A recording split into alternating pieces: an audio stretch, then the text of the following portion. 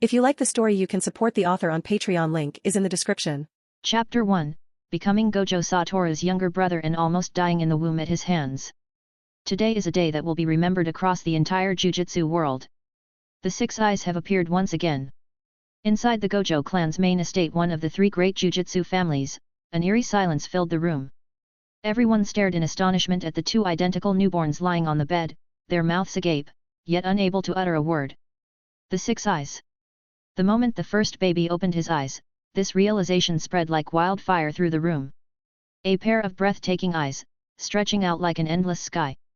A pair of pale blue irises, swirling with a misty white glow. The legendary Six Eyes, an extremely rare and powerful trait passed down through the Gojo bloodline, manifesting only once in 100 years, or even less. A power that granted unparalleled perception, 360-degree vision, the ability to see through vast distances, and absolute clarity in battle.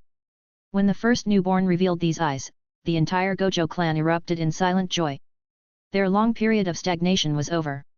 For the Gojo clan, the birth of a Six Eyes wielder signified an unshakable future. But then, when the second baby opened his eyes, revealing the exact same pupils, the entire room fell into an eerie stillness. The same Six Eyes. The same sky blue glow. If one child was a blessing, then two was an anomaly, perhaps even an omen. In the world of Jujutsu, twins were seen as a curse, a deviation from fate itself. Though two individuals, they were inherently bound, mirroring, influencing, and even limiting one another. If they were ordinary people, this might not be an issue.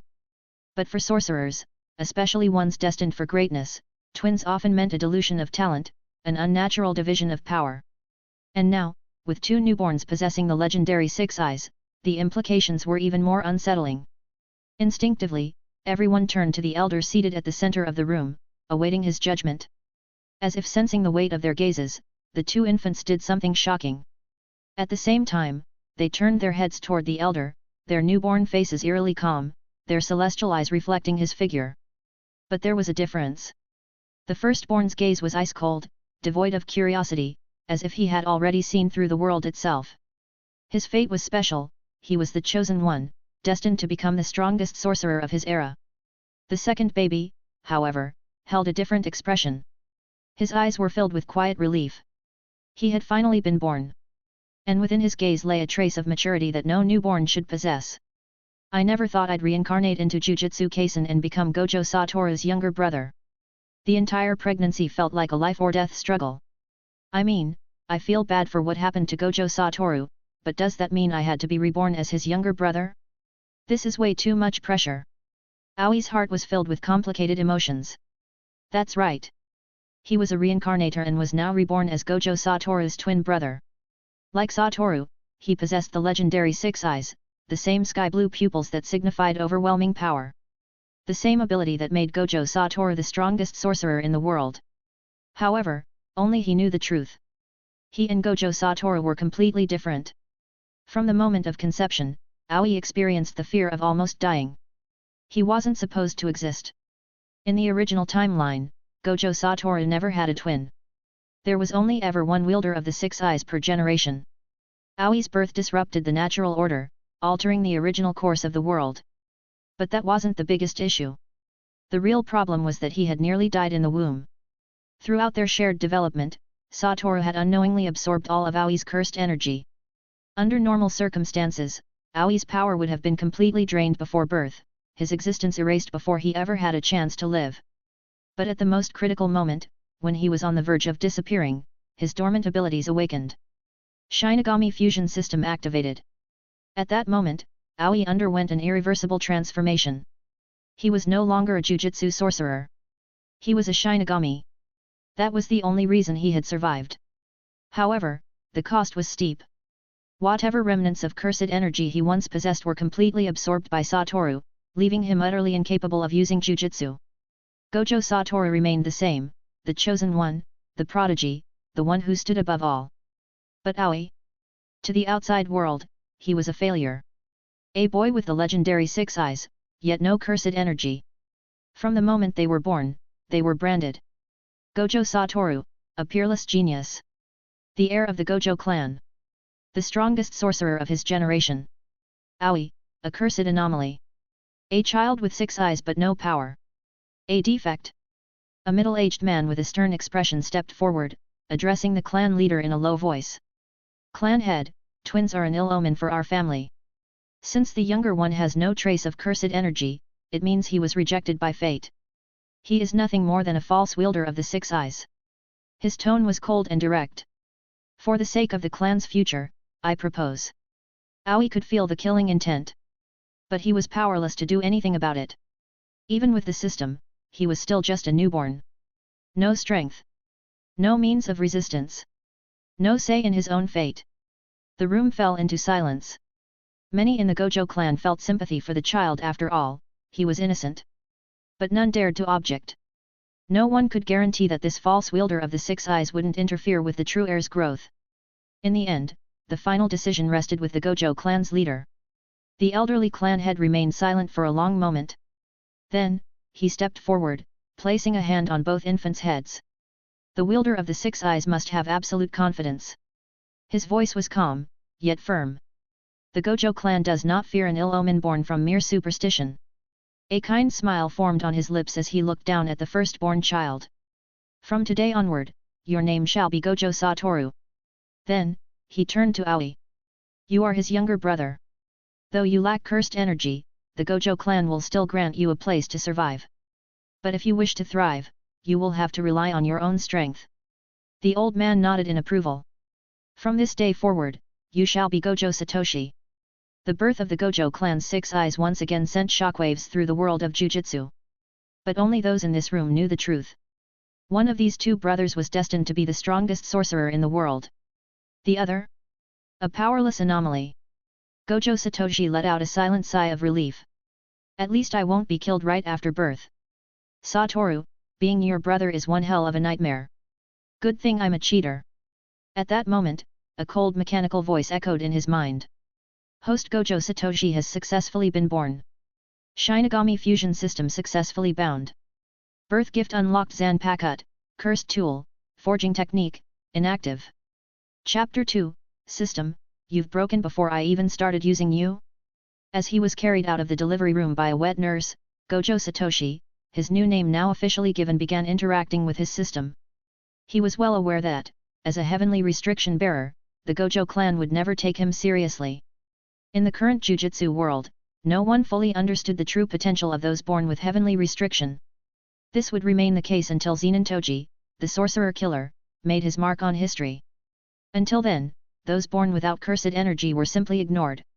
Right now, the entire Gojo clan was celebrating the birth of Gojo Satoru. But as for his twin, the failed 6 eyes bearer, they likely felt nothing but disdain. But none of this mattered to Satoshi. As long as he survived, nothing else was important. No cursed energy? No ability to become a sorcerer? So what? He had a system. Besides, in this world, those born with heavenly restriction were far from weak. Satoshi's thoughts settled. Since he was now Gojo Satoru's twin, he wasn't about to let his adopted brother walk the path of loneliness and death. When he read the manga in his past life, there were many things he regretted seeing unfold. Now that he was here, he had a chance to change it. And the first step? Understanding his so-called Shinigami Fusion System. System, can you exchange powerful abilities for me? I don't have cursed techniques, so there should be some kind of compensation, right? No. Can you exchange items, then? Maybe a Zanpakuto from Bleach? Or something similar? No. Do you at least have a task system? Something where I can earn rewards for completing missions? No. 3 consecutive rejections. Satoshi blinked. Then what can you do? The system's purpose is to facilitate the fusion of Shinigami and Jujutsu techniques. However, the host cannot become a Jujutsu sorcerer. As a result, core functions such as task assignment and item exchange have been rendered inoperative. Remaining functional features, Zanpakuto forging, Zankensuki training. Hearing this, Satoshi felt a bit more at ease. At least it wasn't completely useless. Zanpakuto and Zankensuki, the foundational aspects of a Soul Reaper's strength, were still available to him. Still, it would have been nice if the system included something like the Hagyaku. If that were the case, then the entire Jujutsu world would be a non-issue. Just as he was thinking about the potential of the system, it suddenly fell silent. System, explain the remaining functions. There are no additional functions. All available features have been fully explained. Satoshi's sky blue eyes went blank for a moment. That's it. His golden finger was already half broken before he even started using it. In his past life, he had terrible luck and died unexpectedly, but then he was lucky enough to reincarnate. In the womb, he was nearly absorbed by Satoru, but then he awakened his system and survived. Well, luck or not, he was alive. And that was enough. The system had only 2 remaining functions, but at least they seemed useful. Satoshi could only console himself with that thought. In modern times, if you don't master the art of self-persuasion, you won't survive in the workplace, he mused. Still, at least the core of the bleach system, the Zanpakuto, was intact. That alone would provide immense help in the future. As someone with heavenly restriction, his greatest asset wouldn't be cursed energy, but cursed tools. And there was no doubt, the Zanpakuto he would forge in the future would become his ultimate cursed tool. Forget it. This is already good enough. As long as I have a Zanpakuto and Zankensuki, I'll be fine. System, how do I forge a Zanpakuto? The Zanpakuto forging function has not been activated. Please obtain a forging tool first. Huh? I actually need real forging tools? I can't just summon a Zanpakuto with my mind. Please obtain a forging tool first. The system's response was completely mechanical. Satoshi sighed. Alright, then how do I activate the 4 fundamental Shinigami techniques Zanjutsu, Hakuta, Ho-Ho, and Kido? The host currently does not meet the conditions to learn these skills. Please explore and unlock them on your own. Seriously? Satoshi's mind went blank for a moment. I'm just a newborn. How long will it take before I can even get my hands on forging tools? And now, he had to figure out the conditions for learning Shinigami techniques on his own? Isn't this practically a death sentence? Satoshi wanted to complain, but the system had already fallen silent. So this is my new life, hey? A mix of surprises, and plenty of headaches. Twin Six Eyes. The moment those 2 words spread, the entire Jujutsu world was thrown into an uproar. Even though the Gojo clan had not made an official announcement, as one of the 3 great Jujutsu families, every move they made was under close scrutiny. 2 children with the 6 eyes, the implications were simply too shocking. Not long after Gojo Satoru and Gojo Satoshi were born, both the Zenin and Kamo families had already received the news. When the reports confirmed that both newborns had inherited the legendary 6 eyes, the heads of the 2 clans fell into silence. The atmosphere within their families grew heavy with unease. The Gojo clan, Zenin clan, and Kamo clan were collectively known as the 3 great Jujutsu families. They were the backbone of the sorcery world, constantly competing for dominance. But now, with 2 6 eyes users born in the Gojo clan, neither of the other 2 families would be able to rival them for generations. This is unbelievable. Twins with 6 eyes? If I didn't trust the source, I'd assume this was fake news. At this point, all we can hope for is that the twins end up interfering with each other. The curse of twins in Jujutsu families. Will it apply to them as well? The Zenin clan's head sighed heavily. He was already old, he had worked tirelessly to bring the Zenin clan to its peak, only for this to happen at the twilight of his life. He likely wouldn't live long enough to see the full rise of the Gojo clan. But watching the ever-growing threat they posed, he knew he wouldn't be able to rest in peace. Meanwhile, the Kamo clan's head was even more frustrated. Among the 3 great families, the Kamo clan had always been the weakest in influence. He had spent years trying to change that. Yet now, with the Gojo clan producing 2 6 eyes wielders, the Kamo clan's position was in even greater jeopardy. Did the Gojo clan get blessed by Amaterasu? How the hell did they end up with 2 6 eyes? Even if they're twins, there's no doubt they'll both reach the peak of the sorcerer world. At this point, all the Kamo clan head could do was pray that their descendants would produce someone with an even stronger blood manipulation technique, anything to help them close the gap. Chapter 3, Gojo Satoru's Guilt. 6 years later. Satoshi, want to go out and play? A boy with white hair, white eyelashes, and striking blue eyes stared curiously at his younger brother, wondering what was always on his mind. Despite the elders in the clan warning him that Satoshi would hold him back, advising him to keep his distance, Satoru had his own thoughts on the matter. He couldn't quite explain it, but he felt a unique connection to this twin brother of his, one who looked exactly like him yet stood apart in so many ways. Satoshi lacked cursed energy and bore the burden of heavenly restriction, but that didn't stop Satoru from caring for him. Satoru, are you sure the Patriarch will let you go out? There's a massive bounty on both of us on the dark web. If you sneak out, you could bring trouble to the family. Satoshi glanced at his older brother, long used to Satoru's unpredictable nature. Gojo Satoru and Gojo Satoshi, the twin heirs of the Gojo clan, had bounties of 100 million yen placed on their heads. The reward was tempting enough to lure in reckless sorcerers who overestimated their abilities. Of course, low-level sorcerers had no chance of breaching the Gojo clan's security. And the truly powerful ones knew better. The Six Eyes were the Gojo clan's most prized legacy, and they would spare no effort in defending their future. Even if an assassin managed to land a hit, they wouldn't survive the clan's inevitable retaliation. As a result, assassination attempts had dwindled over the years. But now, Satoru, always unpredictable, was eager to shake off the clan's protection and roam freely. After all, the two of them possessed the Six Eyes. Though Satoshi's Six Eyes weren't as developed as Satoru's, they still granted him a 360-degree field of vision. If they were together, no attacker could approach unnoticed. Satoru, you've pretty much mastered the limitless technique by now. You're planning to show off, aren't you? You want to ignore the assassins entirely, or worse, seek them out just for fun. Satoshi's tone was exasperated. Satoru might be a prodigy, but at the end of the day, he was still a kid. And kids loved to show off. Satoshi, on the other hand, had no such desire. Especially if it meant putting himself in unnecessary danger. But 5 minutes later, Satoru leapt over the estate wall, Satoshi slung over his shoulder. Satoshi's face was blank with despair. Gojo Satoru, you absolute bastard! Do you even understand the concept of restraint? One day, you're going to regret being this reckless. If you keep treating me like this, don't expect me to cover for you when things go south. I'll just stand by and watch you get sliced in half like a Kit Kat. And seriously, carrying me like this? Where's my dignity? If I had cursed energy, or if my heavenly restriction had fully developed, you'd be the one struggling right now. Satoshi let out a silent sigh, directing his frustration at the system. It had been 6 years. And still, his Zanpakuto hadn't activated. The so-called Zanpakuto forging function had been dormant since the day it appeared. If not for the system responding every now and then, Satoshi would have assumed he had gotten a defective one.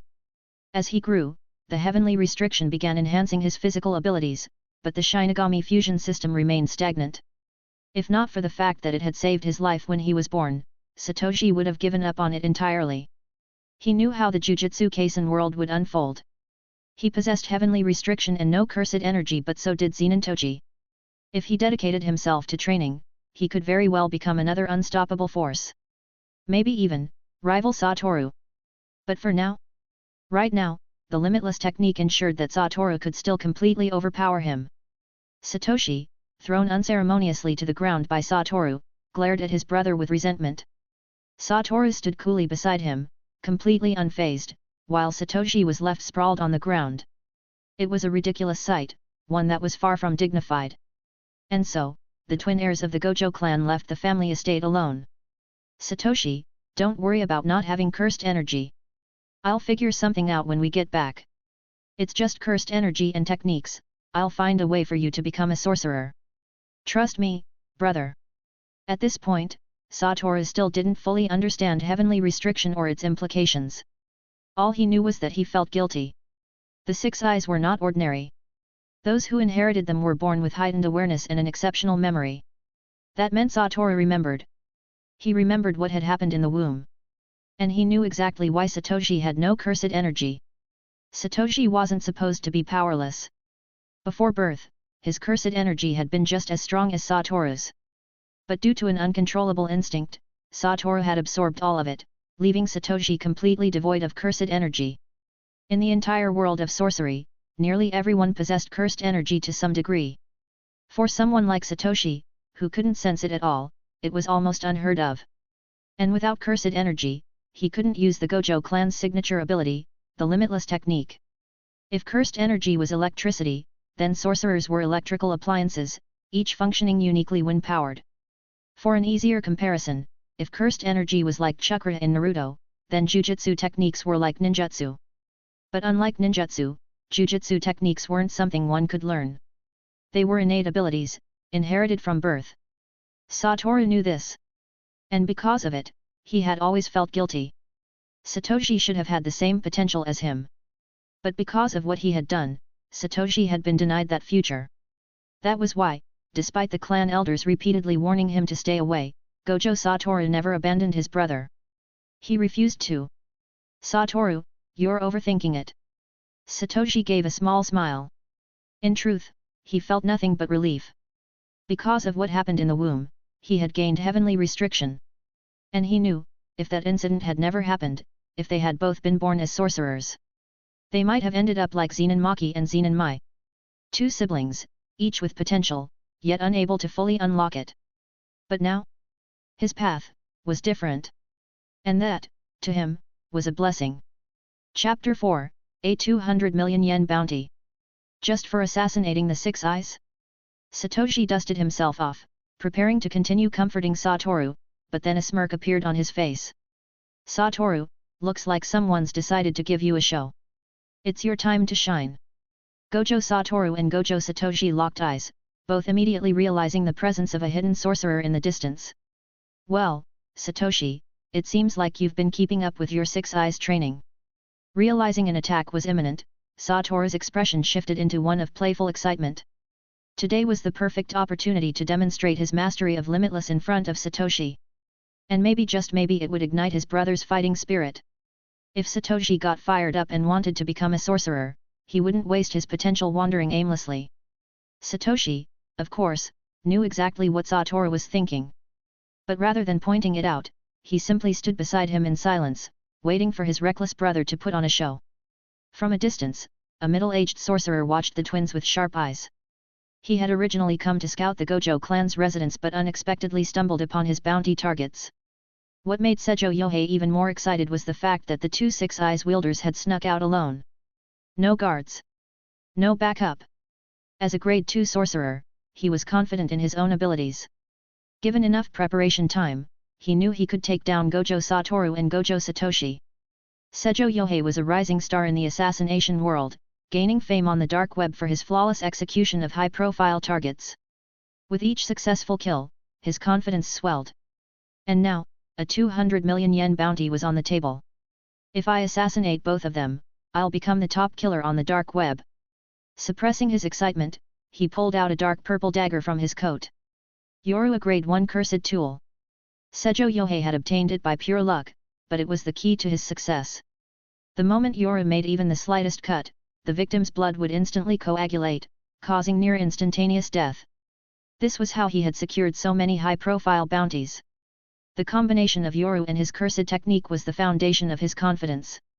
His technique Void Rend allowed him to tear open space itself. Once activated, he could extend his limbs into the void, bypassing normal perception, and strike from an unseen angle. In short, he could be 500 meters away, swing Yoru into the air, and his arm would reappear behind his target, ready to strike from an undetectable blind spot. Many powerful sorcerers had perished, never even realizing how they had been killed. Now, it was time for Gojo Satoru and Gojo Satoshi to suffer the same fate. Void Rend activated. Sejo Yohei extended his arm into the void, gripping Yoru tightly. His severed limb and weapon materialized behind the twins, moving in for the kill. I'll gladly accept that 200 million. A sinister grin spread across his face as he swung his blade. But in the next second, his blood ran cold. Both Gojo Satoru and Gojo Satoshi turned to look directly at him. They weren't caught off guard. They weren't confused. They were amused. As if they had known he was there the entire time. What the hell? Even at death's door, they're still acting cocky. Shock flooded his mind, but he refused to stop his attack. This strike would land. It had to land. But just as Yoru was about to pierce his target's flesh, a powerful repelling force pushed against his arm. No matter how hard he tried, he couldn't push the blade forward. Infinity activated. Satoru had been watching him from the moment he arrived. And naturally, he was already prepared. This is Infinity, the fundamental application of the Gojo clan's limitless technique. Simply put, the closer an attack gets, the slower it becomes, until it eventually stops entirely. Meaning, no attack can ever reach me. Satoru explained with a smug grin before turning to his brother expectantly. Well, Satoshi, cool, right? Want to learn it? Satoshi curled the corners of his mouth into a half-hearted smile and clapped perfunctorily. Wow, Satoru, you're so amazing. Like I don't already know how broken Limitless is. But, unfortunately, I don't have cursed energy. Good thing I'm a reincarnator. I know exactly how powerful heavenly restriction is and how to use it in the future. If I were really just your ordinary brother, I'd probably be so pissed at you right now that I'd fall into a deep depression. Satoshi sighed internally, then casually reached out and patted Sejo Yohei's disembodied right hand, the one extended through void rend, and effortlessly took Yoru, the cursed tool, from his grip. Thanks to his innate talent for forging Zanpakuto, cursed tools, Satoshi could feel the power within the weapon. His forging abilities weren't active yet, but that didn't stop him from studying the intricacies of cursed tools. Meanwhile, in the distance, Sejo Yohei watched the scene unfold in shock. He had no idea what had just happened. But before he could even react, a massive, bare-chested man with rock-solid muscles and a giant hammer materialized beside him. The sheer pressure this newcomer exuded was suffocating. Sejo's instincts screamed at him. If you resist, you die. That was the only thought in his mind. Misunderstand? Sejo tried to speak, but the hammer-wielding man sneered in disdain. With a single, forceful swing, Sejo Yohei was knocked unconscious. The once feared assassin of the dark web now lay sprawled outside the Gojo clan estate, completely subdued. Satoru, Satoshi, you two little brats keep running around. The towering man strode toward them, carrying Sejo in one hand and his hammer in the other. The patriarch is furious. If I hadn't sensed the fluctuations in cursed energy, I wouldn't have even known you were near me. He glanced at Satoshi and extended his free hand. Satoshi, hand over that cursed tool. It's not something you should be playing with at your age. With just a single glance, he had already distinguished the two twins apart. Chapter 5, The Guard. Uncle Takia, I'm Satoshi, and the one holding the cursed tool is Satoru. Satoru deliberately imitated Satoshi's tone, reversing their names in an attempt to confuse Gojo Takia. He was always frustrated that, despite looking identical, Takia could easily tell them apart every single time. Takia stroked his unshaven chin, amusement written all over his face. Without warning, he stretched out his arms and effortlessly lifted both Satoru and Satoshi off the ground, one in each hand. You're still trying to trick me? Satoru, your muscles aren't as developed as Satoshi's. You may have unparalleled talent in Jujutsu, but you still need to train your body. Then, turning to the boy sitting on his left arm, his tone softened slightly. So, what were you two doing sneaking out today? There was an unmistakable fondness in Takia's voice, a clear contrast to how he spoke to Satoru. Gojo Takia was the cursed tool forger of the Gojo clan, responsible for crafting most of the tools used by its members. However, in the world of Jujutsu, the profession of a cursed tool master was seen as inferior to that of a sorcerer. Only those with weaker cursed energy or no sorcerer potential at all, usually pursued this path. That was why Takia had been so surprised when Satoshi approached him at a young age, eager to learn the art of forging cursed tools. Despite others calling Satoshi's 6 eyes fake, he was still a legitimate heir of the Gojo clan. For someone of his status to willingly take an interest in forging was unheard of. What Takia didn't know was that Satoshi had a far greater reason for seeking him out. In order to activate the Zanpakuto forging function within his system, he needed a forging tool of his own. That was why, at the age of 3, when he received his first hammer as a gift, he had been thrilled.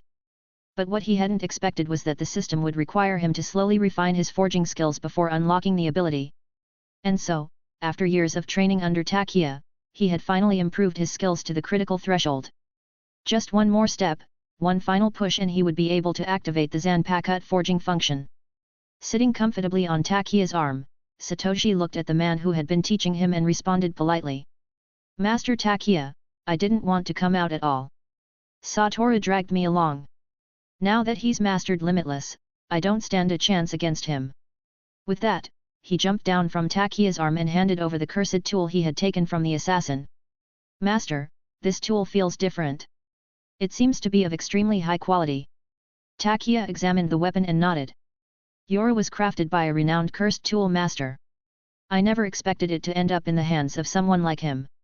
He glanced at Sejo Yohei, who was still unconscious on the ground, then kicked him lightly before speaking again. Satoshi, you're going to be a cursed tool master in the future.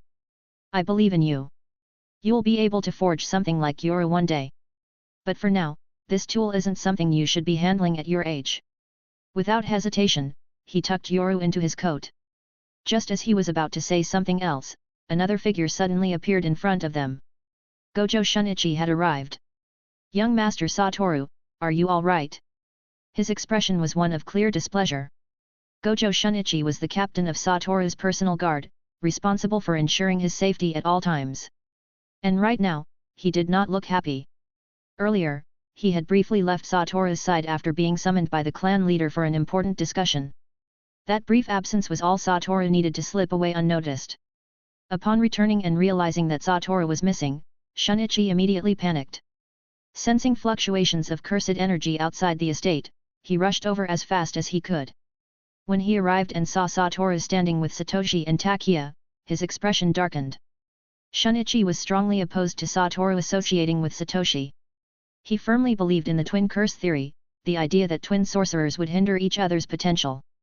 In his eyes, Satoshi's presence could only slow Satoru's growth. Young Master Satoru, what happened here?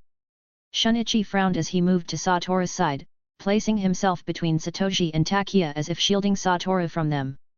His eyes were sharp with suspicion. It was just an assassination attempt. No big deal, don't get so worked up, Shanichi.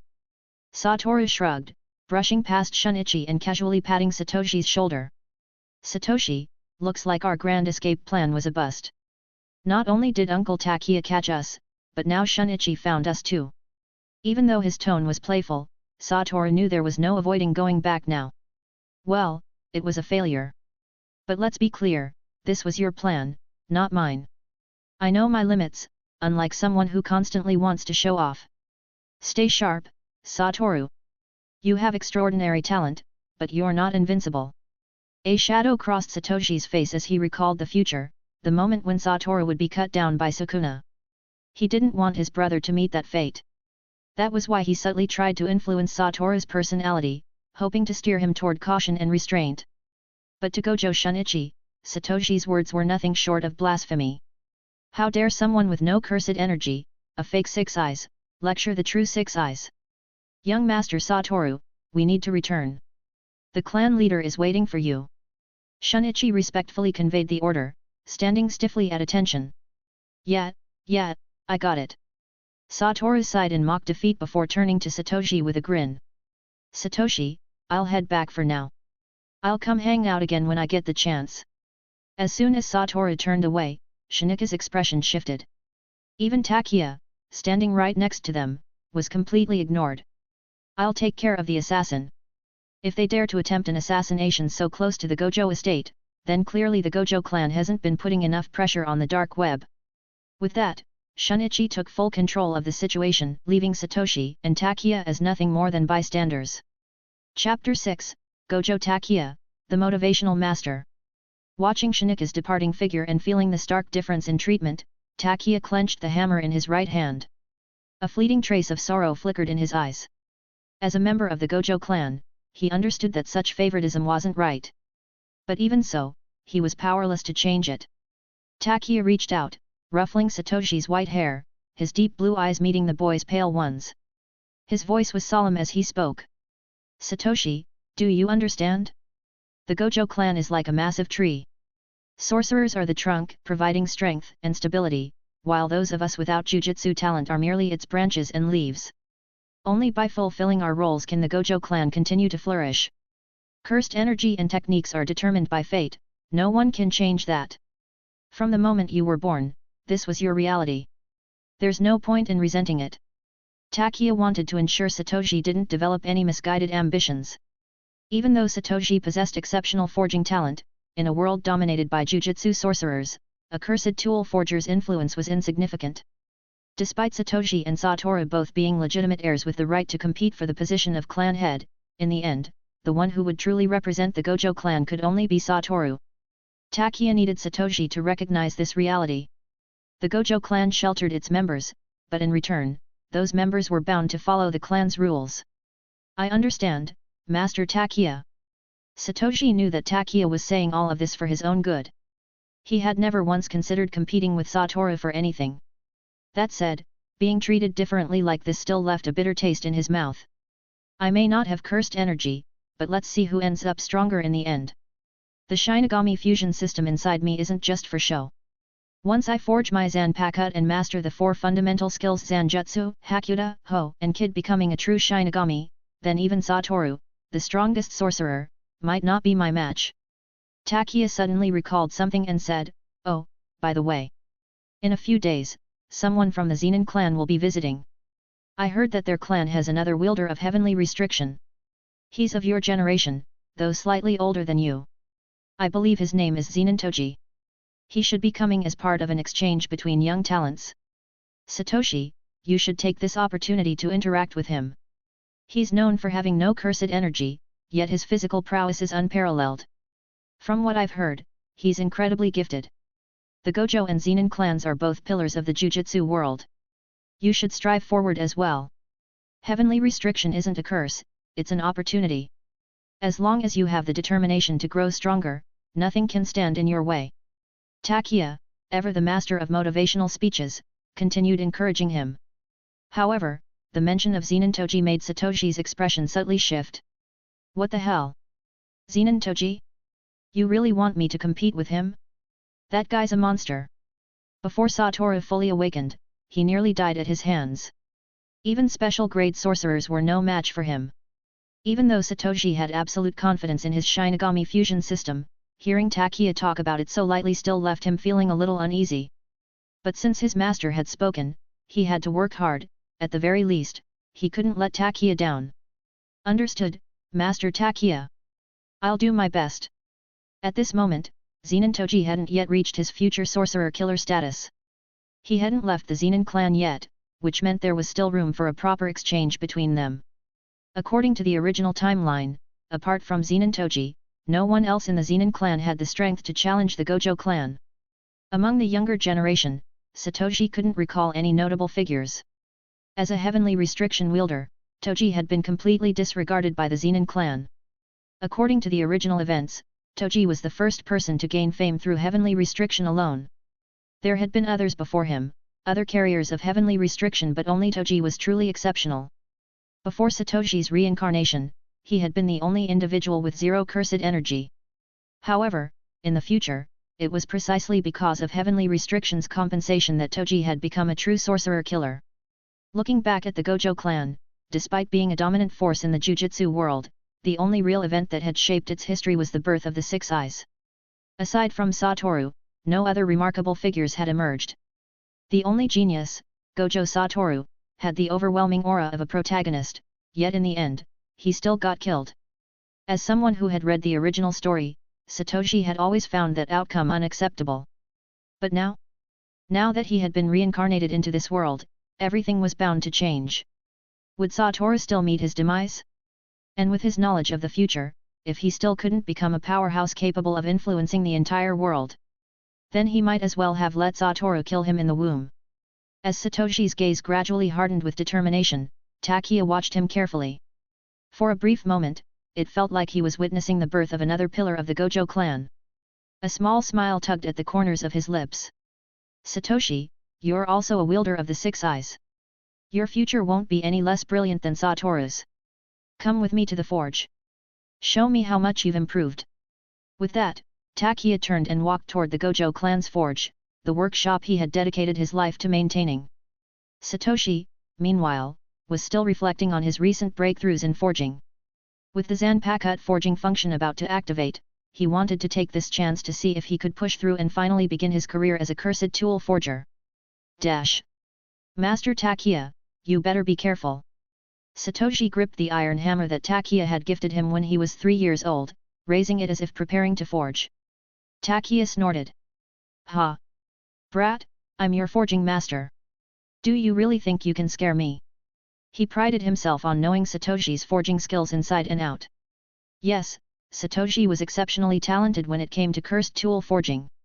But at the end of the day, he was still just a 6-year-old kid. Could a 6-year-old really forge a cursed tool? That was impossible, right? Chapter 7, Sodi no Shirayuki. Forging cursed tools at the age of 6, just thinking about it sounded impossible. Ding dang, ding dang. Satoshi let out a light breath and brought the hammer down with a steady strike. The immense physical strength granted by his heavenly restriction made forging effortless, even at his young age. Your strength is good. But your rhythm is off, Takia observed from the side. Though his tone was critical, he was secretly impressed. Satoshi, you need to pick up the pace here. Satoshi, control your strength better. Satoshi, don't rush forging, patience is key. Takia continued correcting Satoshi's technique, yet the more he watched, the more surprised he became. What's going on? How is he improving so fast? Completely focused, Satoshi absorbed every bit of Takia's advice, making adjustments as he worked. Without even realizing it, his proficiency had reached the threshold required to activate his Zanpakuto forging function. Prerequisites met. Zanpakuto, cursed tool, forging function activated. Engrossed in his work, Satoshi didn't even register the system's notification. He was fully immersed in the rhythmic strikes, his technique refining with every hammer fall. Kids these days are terrifying. You can't underestimate them at all. Takia watched with growing astonishment. If Satoshi kept this up, he might truly be able to forge his first cursed tool at just 6 years old. Suddenly, Takia's expression hardened. His sharp gaze locked onto Satoshi's movements. He recognized the hammering technique, it was identical to his own. Wait. How is this possible? Satoshi's small frame shouldn't be capable of handling that level of force and precision. The technique required a level of control and endurance far beyond a 6-year-old's physical limits. If he keeps going like this, he'll overstrain himself. Takia moved to stop him, but in that instant, he hesitated. Before him, Satoshi's forging momentum surged, an unstoppable force that froze even him in place. The sound of metal striking metal echoed through the workshop. Ding dang! Ding dang ding dang! Satoshi's hammering grew faster, each strike more precise than the last. His clothes were drenched in sweat, steam rising from his body as he worked. What the hell is happening? Takia, watching in shock, instinctively summoned his cursed energy, channeling a grey-blue glow into his hands to intervene. Yet to his utter disbelief, his energy dispersed as if striking cotton, unable to disrupt Satoshi in the slightest. He couldn't even make him pause. Amid the relentless hammering, Satoshi subconsciously reached for Yoru, the cursed tool Takia had set aside, and placed it into the forging embryo. Satoshi, are you really trying to forge a cursed tool? What kind of forging method is this? Is he attempting to fuse an existing cursed tool and reforge it into something entirely new? As a master of cursed tool forging, Takia quickly grasped Satoshi's intent. Yet, seeing it in action still defied his expectations. Before the blazing forge, an eerie chill emanated from the weapon. What's going on? Why is there such a powerful frost attribute? Then, realization struck. I see.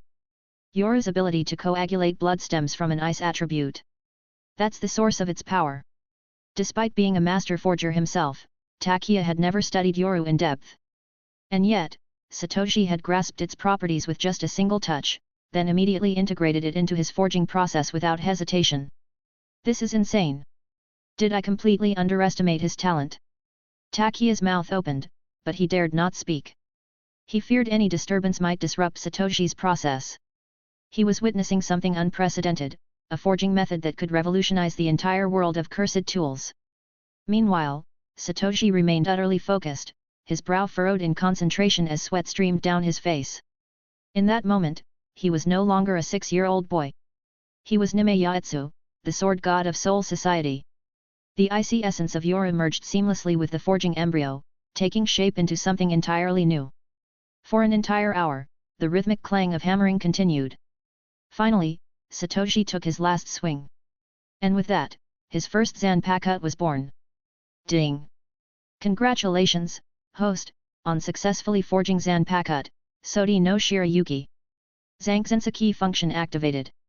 Zanken Soki, Zan represents swordsmanship. Ken represents hand-to-hand combat. So represents instant movement. Ki represents the way of spells. With the activation of Zankensuki, host must upgrade each skill in order. Only upon reaching 100% proficiency in the current skill can the next be unlocked. All system functions have now been enabled. Additional functions remain damaged, please repair them to unlock further abilities. As the system notifications flooded his mind, Satoshi finally allowed himself to relax. Then, exhaustion hit. His 6-year-old body, strengthened as it was by heavenly restriction, had reached its absolute limit. The prolonged forging session had drained him completely. So that's the requirement, forging a Zanpakuto was the key to unlocking its function. And, the system's damaged functions can actually be repaired? I don't know how yet, but at least now I have hope. Most importantly, I did it, I successfully forged my first Zanpakuto. His thoughts drifted as he glanced at the weapon in his hands. So. Sodi no Shirayuki, hey? It wasn't the strongest ice-type Zanpakuto like Hirin Meru, but Sodi no Shirayuki was still an exceptional blade. I really want to see it with my own eyes. But fatigue pulled him under before he could say another word. His vision blurred as he turned toward Takia, then he collapsed, fast asleep. Chapter 8, Ordinary. Satoshi's hammer slipped from his hand, and the sound of metal clashing finally snapped Gojo Takia out of his shock. Satoshi, be careful. Takia swiftly moved forward, catching Satoshi before he collapsed, then carefully placed him on a nearby bed. Seeing his young apprentice's pale face, Takia felt a pang of heartache. At the same time, he silently made a decision, he couldn't let Satoshi overwork himself like this again.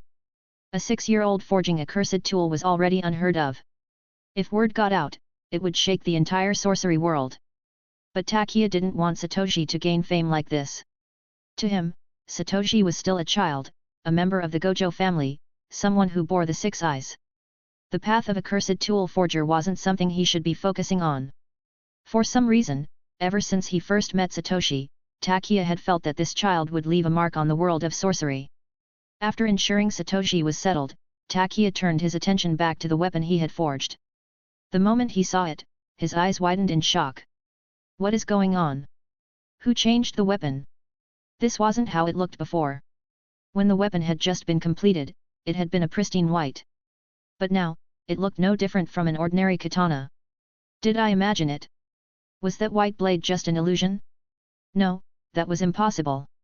He hadn't eaten anything strange today, and his eyesight had always been sharp. A spell tool forger relied on precise observation, it was impossible for him to make such a mistake. If he hadn't witnessed the transformation with his own eyes, he wouldn't have believed it. So, what kind of power does this cursed tool have? Does it have the same frost attribute as Yoru? Takia carefully picked up the katana, his gaze tracing over the blade, the tsuba, and the hilt. He channeled what little cursed energy he had into it, but nothing happened. The sword remained completely still, as if it were nothing more than a mundane weapon. Did I see it wrong? Did Satoshi really not forge a cursed tool? But if it was just a normal weapon, why use Yoru as a material? Takia had clearly sensed an immense power hidden within this blade during the forging process. He frowned in deep thought. If this truly is a cursed tool, then maybe, my cursed energy isn't enough to activate it. His grip tightened around the hilt. It seems the secret behind this weapon will have to wait until Satoshi wakes up. Takia was just about to carefully put Sodi no Shirayuki away when, suddenly, the door to the forge was pushed open. Gojo Shanichi, what are you doing here? Seeing the newcomer, Takia's expression darkened, and his tone was less than welcoming. Everyone in the clan knew Shanichi's attitude toward Satoshi. His presence here could only mean trouble. Oh? Why does it sound like Master Takia isn't happy to see me? Shanichi's voice carried a mocking undertone, and when he addressed Takia as master, there was clear contempt in his tone. As a grade 2 sorcerer and a master swordsman, Shanichi's status in the Gojo family was far higher than that of a mere cursed tool forger. He had never cared about Takia's opinions. Casually stepping inside, Shanichi glanced around before spotting Satoshi asleep nearby. The sneer on his face deepened. Does this fake 6 eyes really think he can compete with the real deal? There are people who are more talented than him and work harder than him. What makes him think he deserves to stand on equal footing with young Master Satoru? Young Master Satoru is the true heir of the Gojo family, the real 6 eyes. This worthless imitation only hinders his future. Shanichi didn't bother to hide his disdain. Though Satoshi and Satoru were identical in appearance, the stark contrast in their treatment came down to one thing: cursed energy. Humph, Shanichi. What do you want? Takia's voice was firm, his expression serious. This was his forge. Even if sorcerers held higher status in the Gojo family, that didn't give Shanichi the right to barge in and act superior. Takia was the only cursed tool forger in the clan. His role was indispensable. Shanichi finally shifted his gaze from Satoshi and turned to the sword in Takia's hands. I just finished interrogating the assassin. I heard he was carrying a first-grade cursed tool, which you confiscated. I'm here to collect it. That weapon needs to be placed in the Gojo family treasury. Master Takia, hand it over. So that was his goal. Shanichi was after Yoru. A first-grade cursed tool was an extremely rare asset, even in the world of sorcery. Before, Shanichi had been irritated by the assassin's attack. But when he learned the assassin had a first-grade cursed tool, his mood did a complete 180. An assassin? No, more like a gift giver. If that's the case, then send more. Send more assassins with more cursed tools. A first-grade cursed tool. Takia's body tensed. Instinctively, he shifted Sodi no Shirayuki behind him. Yoru doesn't exist anymore. What am I supposed to hand over? Sodi no Shirayuki was Satoshi's first ever forged cursed tool. Regardless of its future grade, Takia refused to let this weapon fall into Shanichi's hands. But as a trained sorcerer, Shanichi immediately noticed Takia's reaction. In a flash, he appeared behind Takia and snatched Sodi no Shirayuki from his hands. So this is it. Shanichi inspected the weapon, a flicker of surprise in his eyes. No wonder you were trying to hide it. But, it's a bit underwhelming. I expected something more impressive from a first-grade cursed tool. Chapter 9, Satoru is not invincible. This isn't the first-grade cursed tool. Give it back. Takia clenched his now empty right hand, his face clouded with anger. He hadn't expected Gojo Shanichi to be so brazen, snatching Sodi no Shirayuki from him without a word. Not a cursed tool. Shanichi arched an eyebrow, the mockery in his eyes deepening. Master Takia, you must be joking. I can tell a cursed tool when I see one. To him, this was exactly what he had expected. Even a master forger couldn't resist the temptation of a first-grade cursed tool. So, in the end, Takia was just another greedy craftsman. No, this isn't Yoru. This weapon was just forged by Satoshi. It's not what you think. Takia's words made Shanichi pause for a moment, before bursting into laughter. A cursed tool forged by Gojo Satoshi. A glint of amusement flashed across his eyes, followed by unrestrained mockery. Are you serious? You expect me to believe that a 6-year-old forged a cursed tool? Shanichi shook his head, sneering. When did the standards for cursed tool forgers become so low? If that's the case, why don't we bring in all the other failures of the Gojo family and have them train under you too? If you can turn a 6-year-old into a forger, then surely, I should stop calling you Master Takia and start calling you Grandmaster instead. Hey! Well, Grandmaster Takia. The biting sarcasm in Shanichi's words made Takia's face darken. Though widely recognized as a master forger, he had never successfully trained an apprentice. Many had sought to learn from him, only to leave, claiming they had gained nothing. The title of master was nothing but a source of frustration for Takia. On the other side of the room, Satoshi frowned as he slowly opened his eyes.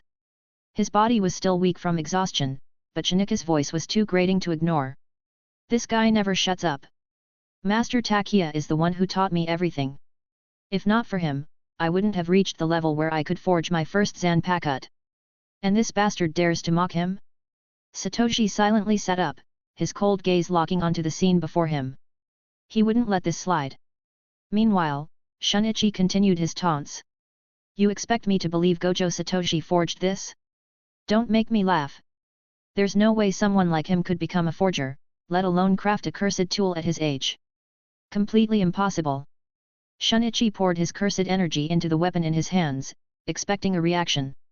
He had only ever used grade 2 cursed tools before, so this was his first time wielding a grade 1 tool. This is the perfect chance to test the power of Yoru. However, the moment his energy flowed in, his expression froze. Something was wrong. Shanichi knew for a fact that this weapon was a cursed tool. So why wasn't his cursed energy having any effect? This doesn't make sense. A cursed tool should always respond when infused with energy. Unless... Could it be that this weapon was purely meant for physical combat? No, that wasn't possible. The assassin who originally wielded this weapon was a sorcerer, not a brute. His fighting style was based on cursed energy manipulation. Then why? Shanichi's eyes widened as an unsettling thought crossed his mind. Is this really just a worthless, decorative blade forged by Satoshi? It has to be. Takia must have been blinded by his own bias, thinking it was a cursed tool just because Satoshi forged it. Damn it! That means I've been tricked. So where the hell is the real grade 1 tool? With that realization, his frustration boiled over. This thing isn't even a cursed tool, it's trash. Shanichi scoffed, shaking his head. As expected of a fraudulent master. You call this a cursed tool? Master Takia, I wonder how your colleagues would feel if they saw how far you've fallen. If you lack the talent to teach, you should just focus on your work. Stop wasting your energy on a useless failure like. Shanichi's voice cut off abruptly. When he turned his gaze, he realized that Satoshi was awake.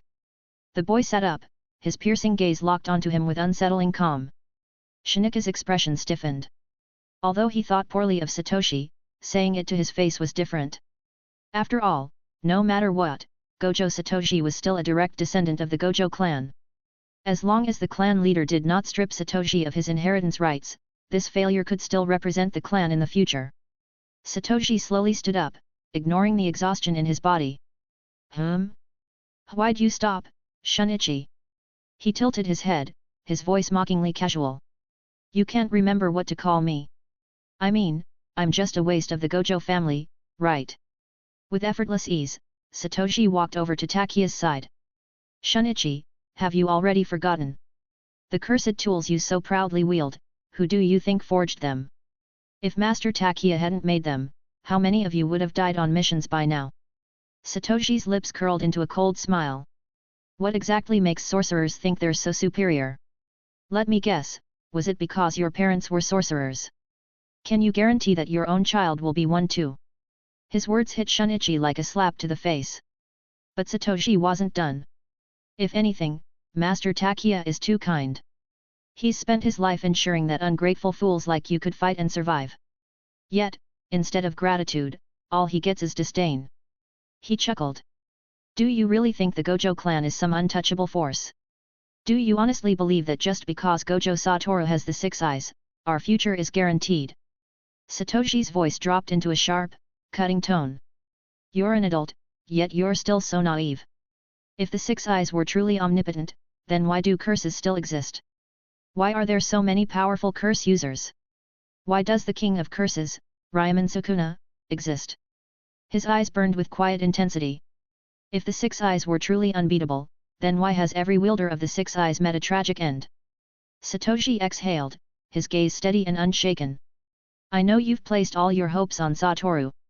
But let me tell you something. Satoru is not invincible. Even with unparalleled talent, even with the 6 eyes, even with the limitless technique. He is not invincible. The expectations you place on him will only push him down the wrong path. Satoshi clenched his fists. Satoru will become the strongest sorcerer in this world. But that doesn't mean he should underestimate the strength of curse users or cursed spirits. We still have a long road ahead. Though his voice was still childish, in that moment, it carried the weight of undeniable truth. Chapter 10, Satoshi's Bet. Outside the forge, 2 figures, one tall, one small, stood silently at the far end of the corridor. Neither moved, their expressions were complicated. Clan head, is Satoshi right? Are the 6 eyes truly invincible? Hearing the boy's question, the old man sighed. He reached out, gently ruffling Satoru's pure white hair before shaking his head. I never expected Satoshi to have such a deep understanding of the world of sorcery. A hint of regret flickered in his eyes. It's a pity Satoshi lacks talent in Jujutsu. With his insight, he could have guided the Gojo clan to even greater heights. Satoru looked up at the old man beside him, his bright blue eyes filled with curiosity. Clan head, even if Satoshi doesn't have cursed energy, he'll still become someone extraordinary in the world of sorcery. His voice was firm, unwavering. If Satoshi is willing to take over the Gojo clan, I'll help him manage it. No matter what, I won't let him bear that burden alone. Satoru felt his brother's love and care for him. At the same time, guilt gnawed at him, guilt over Satoshi's situation. It was this guilt that made him willing to give his brother everything he had. The old man stared at Satoru in stunned silence, then sighed, a trace of warmth flashing across his face. Satoru, being the clan head isn't easy. If you truly care about Satoshi, then you should bear that pressure yourself.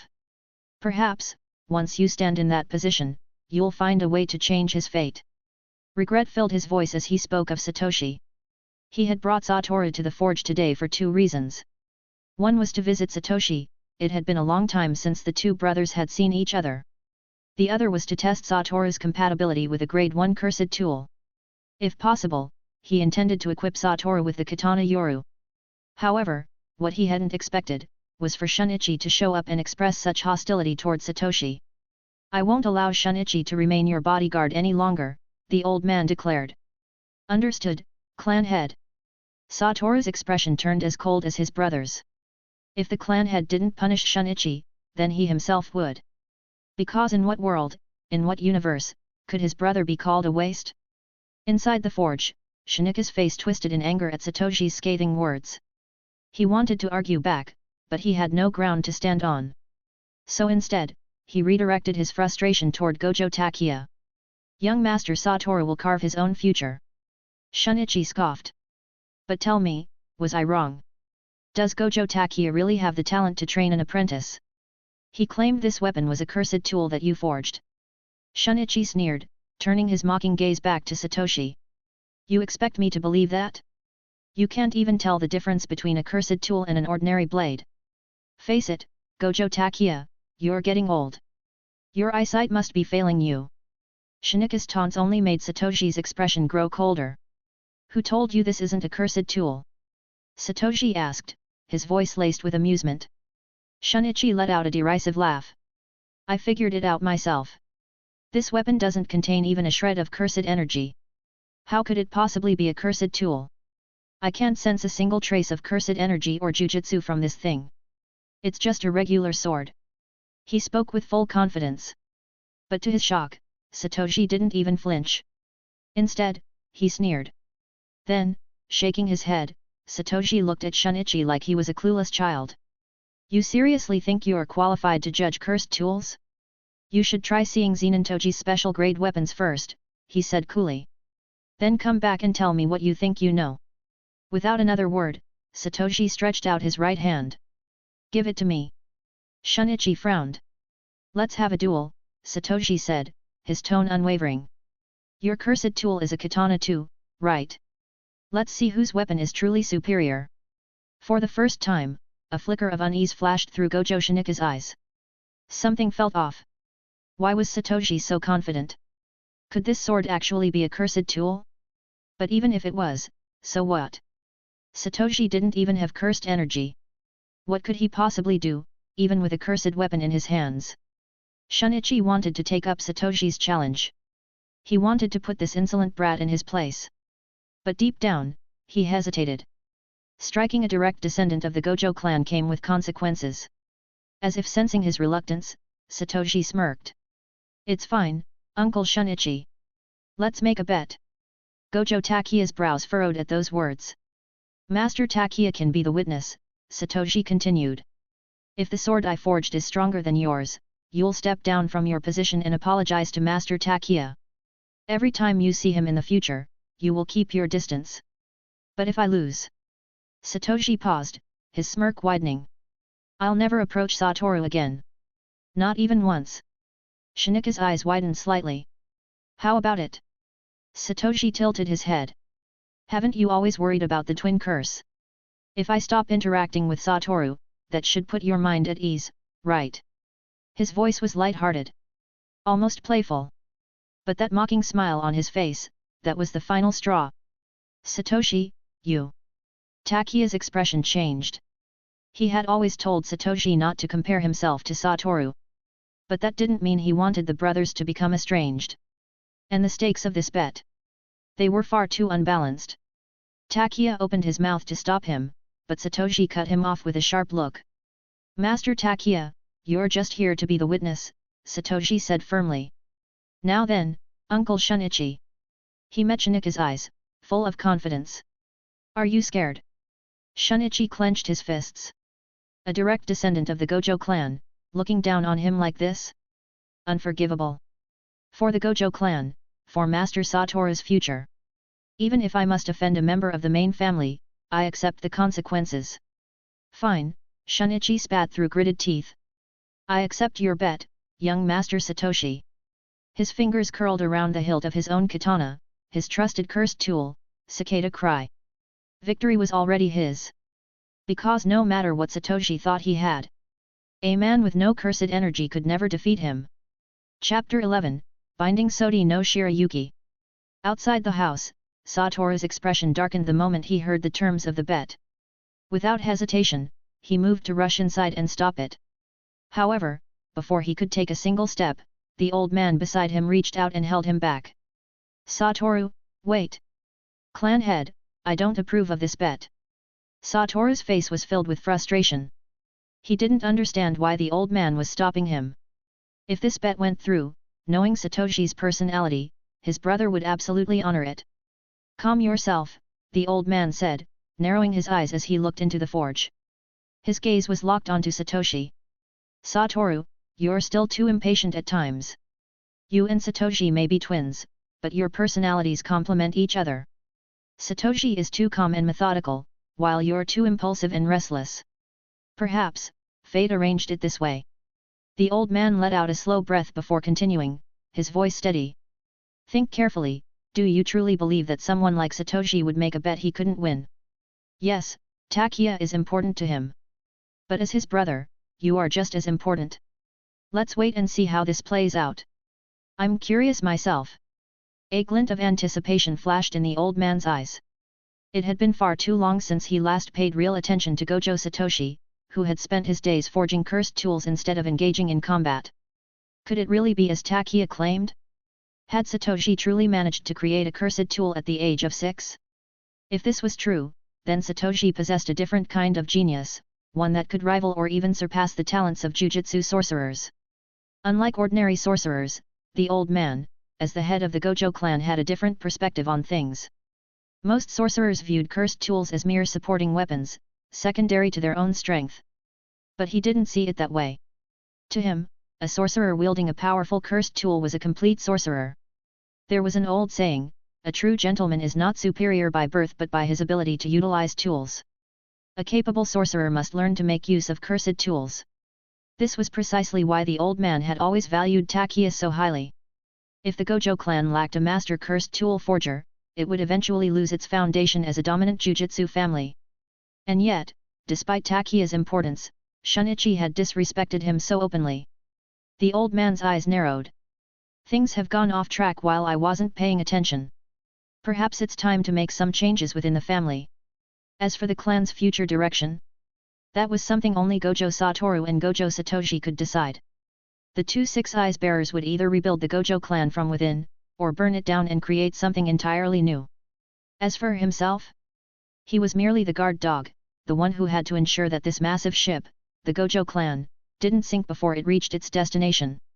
Whether Satoru and Satoshi chose to restore or destroy the ship, that was no longer his concern. Compared to the old man's deep contemplation, Satoru's emotions were much simpler. If Satoshi is truly at a disadvantage, then I'll intervene and end this bet immediately. His bright blue eyes remained glued to the scene inside the forge, unwilling to miss a single detail. Young Master Satoshi, tell me, how do you want to conduct this competition? Shanichi's tone was serious as he looked at Satoshi.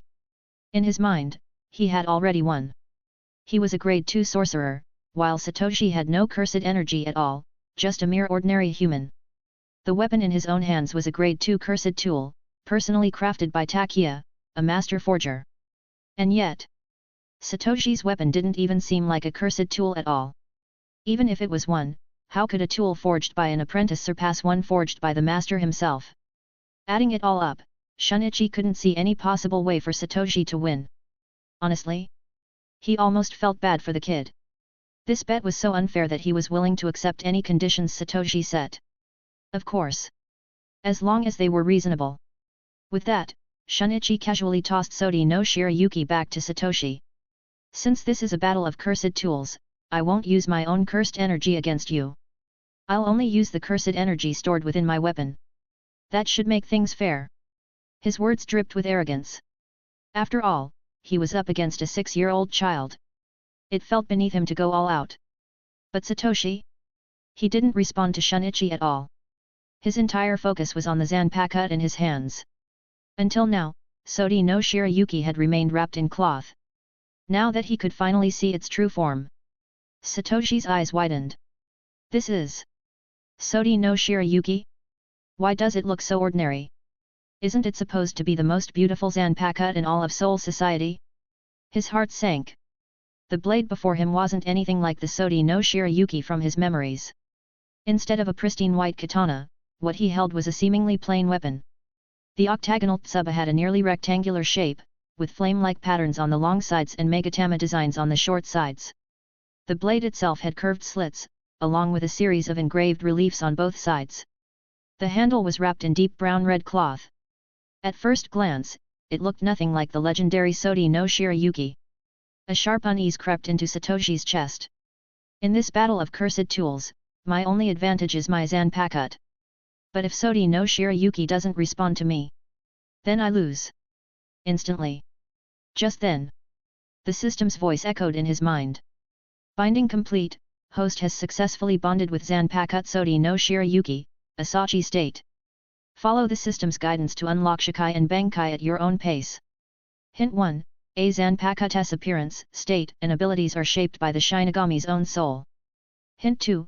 To wield its power, the Shinigami must learn their Zanpakuto's name and engage in a mental dialogue with it. Hint 3. Every sword has a name.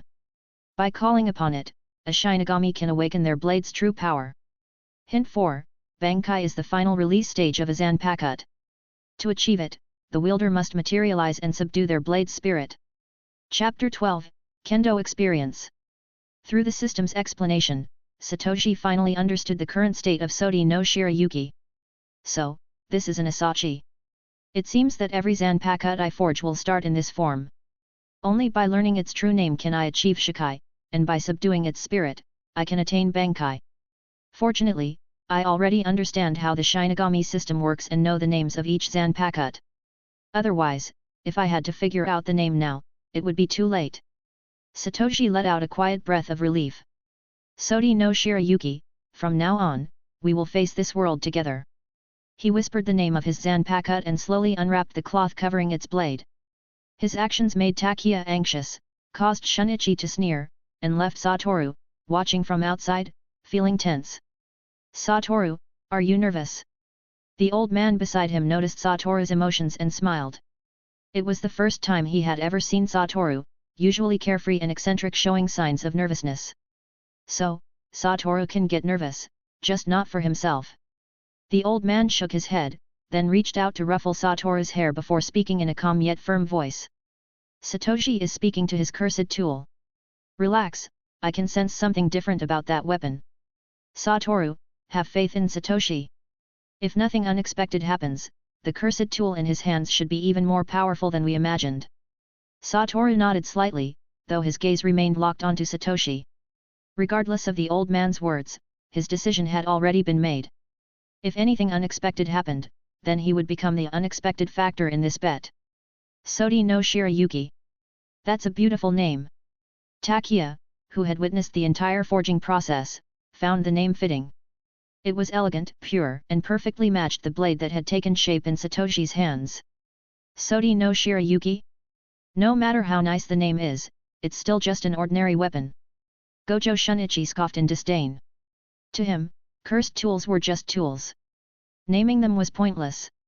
Whether it was Gojo Satoshi's Sodi no Shirayuki or his own cicada cry, these names were nothing more than labels. Enough talk. Let's get started. Uncle Shanichi, you should draw your cursed tool now. Satoshi held the Asachi firmly, its size making it look out of place in the hands of a 6-year-old. This is my cursed tool, cicada cry. Shanichi unsheathed his katana and assumed a defensive stance. Young Master Satoshi, you attack first, and I'll defend. I'll show you the true power of a cursed tool. Clang! Clang! Clang! The sound of swords clashing filled the forge. Satoshi pressed forward, striking with his Asachi again and again. Shanichi, wielding cicada cry, easily parried each blow. The difference in experience between the two was vast. Although both wielded swords, Satoshi had zero kendo training, while Shanichi was a recognized master of the art, one of the strongest swordsmen in the entire Gojo clan. It was precisely because of this skill that Shanichi was so confident. Even so, he didn't use his full strength. After all, his opponent was just a 6-year-old child. As much as he despised Satoshi, his pride as a swordsman prevented him from outright crushing the boy. Still, this sword. Even as he casually deflected Satoshi's strikes, a thought nagged at the back of Shanichi's mind. Why hasn't my blade cut through his yet? Shouldn't it have bent or broken by now? By all logic, an ordinary weapon should have already sustained damage. Yet Sodi no Shirayuki remained completely intact. Could this really be a cursed tool? Shanichi frowned. He couldn't sense any cursed energy from it, something that went against the very nature of cursed tools. Meanwhile, Satoshi had a completely different reaction. The host is receiving instruction from a sword master. Kendo experience plus 10. The host is receiving instruction from a sword master. Kendo experience plus 10. The host is receiving instruction from a sword master. Kendo experience plus 10. With every attack, his system rewarded him with Kendo experience. Wait. Is this guy actually giving me free training? The realization made Satoshi's eyes light up. Originally, his plan had been simple: activate Shikai as quickly as possible and let Shanichi witness the true power of Sodi no Shirayuki. But now he had found an opportunity to farm experience. There was no way he would pass up on this. With that thought in mind, Satoshi not only continued attacking but also began provoking Shanichi. Uncle Shanichi, is this really your cursed tool? If you keep blocking like this, won't my Sodi no Shirayuki get bent first? So, you still don't believe it's a cursed tool? His childish voice carried an innocent tone, but the words were deliberate, forcing Shanichi to keep defending. A cursed tool? At most, the material is just a little stronger. That doesn't prove anything. Let's see if you can even swing that sword 100 times before talking big. Shanichi sneered. He still refused to acknowledge Sodi no Shirayuki as a true cursed tool. Besides, no matter how strong the sword was, it wouldn't matter. Satoshi was just a kid, his stamina wouldn't last long. And he was right. By the time Satoshi had swung 30 times, his strength was already starting to fade. Forging Sodi no Shirayuki earlier had already drained him, and now swinging a full-sized katana repeatedly was taking its toll. Even with the benefits of his heavenly restriction, he was still only 6 years old. 31, 32, 33. His arms burned with exhaustion, but each system notification kept his motivation high. He knew this was a rare opportunity. If he won this bet, Shanichi would never let him spar like this again. 40, 41. By the time he reached 43 strikes, his arms felt like lead. But in exchange, his system had rewarded him 430 points of Kendo experience. For the first time, his Kendo proficiency on the system panel moved 0% to 1%. This is too slow. Once his swordsmanship experience reached the threshold, he could unlock Hakuda, hand-to-hand combat techniques. Among the 4 basic Soul Reaper combat styles, Zanjutsu, swordsmanship, Hakuda, hand-to-hand combat, Ho, mobility, and Kid, demon arts, Hakuda was the one that best suited his body at the moment. After all, heavenly restriction made his physical abilities far superior to normal. Without a cursed tool in hand, his body itself would become his strongest weapon. I need to grind more Kendo experience and master Hakuda as soon as possible. And the fastest way to do that was to keep forcing Shanichi to fight him. Chapter 13, Dance Sodi no Shirayuki. At this moment, facing Satoshi's weak and sluggish sword swings, Shanichi's patience had reached its limit. By the time Satoshi swung his sword for the 43rd time, Shanichi could already tell, Satoshi was exhausted. Yet, despite over 40 strikes, the blade remained unbent. Shanichi was slightly shocked. If this Sodi no Shirayuki had truly been forged by Takia, then the craftsmanship was truly extraordinary. Even so, he still did not believe that Sodi no Shirayuki was a cursed tool. Young Master Satoshi, that's enough. Shanichi said, his tone laced with impatience. I'm done playing this fencing game with you. Let me show you what a real cursed tool is. Shanichi felt he had already shown enough respect for the direct descendant of the Gojo clan. He wasn't willing to waste any more time. Blocking Satoshi's next strike with ease, Shanichi channeled his cursed energy into his weapon. Cicada, harass the enemy. As his cursed energy surged into the blade, the forge was suddenly filled with the sound of countless cicadas chirping from seemingly nowhere. Cicada means cicada. The sound of cicadas was just that, the chirping of cicadas. But this was the ability of Gojo Shanichi's cursed tool. Its power was simple yet insidious. By using the sharp, piercing cry of a cicada, it disrupted the opponent's will for a split second. Simultaneously, it allowed the user to unleash an air blade as thin as a cicada's wing. This was his weapon, a grade 2 cursed tool. Cicada's cry. Satoshi, stay focused. As the forger of Cicada's cry, Takia knew its power all too well. He knew that while Shanichi wouldn't use the air blade to physically harm Satoshi, the sudden mental interference from the Cicada's cry wouldn't be easy to endure either. From Takia's perspective, the outcome was already set in stone. At first, he had hoped that Sodi no Shirayuki would serve as Satoshi's trump card. But after watching the battle, it was clear, the sword had strength, but no real power. Others might be impressed that Sodi no Shirayuki had endured over 40 clashes without so much as bending, but Takia wasn't surprised. After all, he had integrated a grade 1 cursed tool into Sodi no Shirayuki's core. Still, was this the end? Was Gojo Satoshi truly going to lose? Outside the forge, Satoru stood watching, his body already brimming with cursed energy, prepared to intervene. Like Takia, he believed Satoshi was at a disadvantage. The katana named Sodi no Shirayuki seemed incapable of resisting the power of Cicada's cry. But just as before, the elder beside him stopped him. Satoru, where do you think you're going? Satoru's expression was filled with dissatisfaction. For a moment, he even began to doubt the clan leader's intentions. Did he truly want to see Satoshi fail? Was he deliberately preventing him from reaching out to his younger brother? Seeing Satoru so agitated, the old man shook his head with a chuckle. Logically speaking, you and Takia should be the ones who understand Satoshi best, shouldn't you? So why are you more impatient than an old man like me? Look at Satoshi's face. Does he look like someone who's cornered? Satoru frowned and turned his gaze toward Satoshi. In that instant, his body stiffened. There was no panic on Satoshi's face. Instead, there was a confident smile. What's going on? Could it be that Satoshi still has another card up his sleeve? Could Sodi no Shirayuki have another ability? But if that's the case, why did he fight Shanichi for so long? What was the point? There was no doubt Satoru and Takia had both been misled by Satoshi's seemingly meaningless 43 strikes. Without a system, they couldn't possibly understand what Satoshi had gained from those attacks. This time, Satoru chose to believe in his brother. He wanted to see what Satoshi had prepared. He wanted Satoshi to prove himself, to convince Shanichi through his own strength. Because he knew, his brother was no failure. Meanwhile, inside the forge, Satoshi tightened his grip around Sodi no Shirayuki, feeling the flow of cursed energy within. It seems, this is the limit of what I can gain from this. Shaking his head slightly, Satoshi cleared his mind. Then, raising his right hand to eye level, he called out.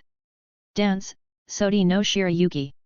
The moment he spoke, the asachi in his hand began to change. The blade, the guard, and the hilt all turned pure white. The blade itself shifted from its squared shape to an elegant oval, 6 hollowed-out patterns emerging across its surface.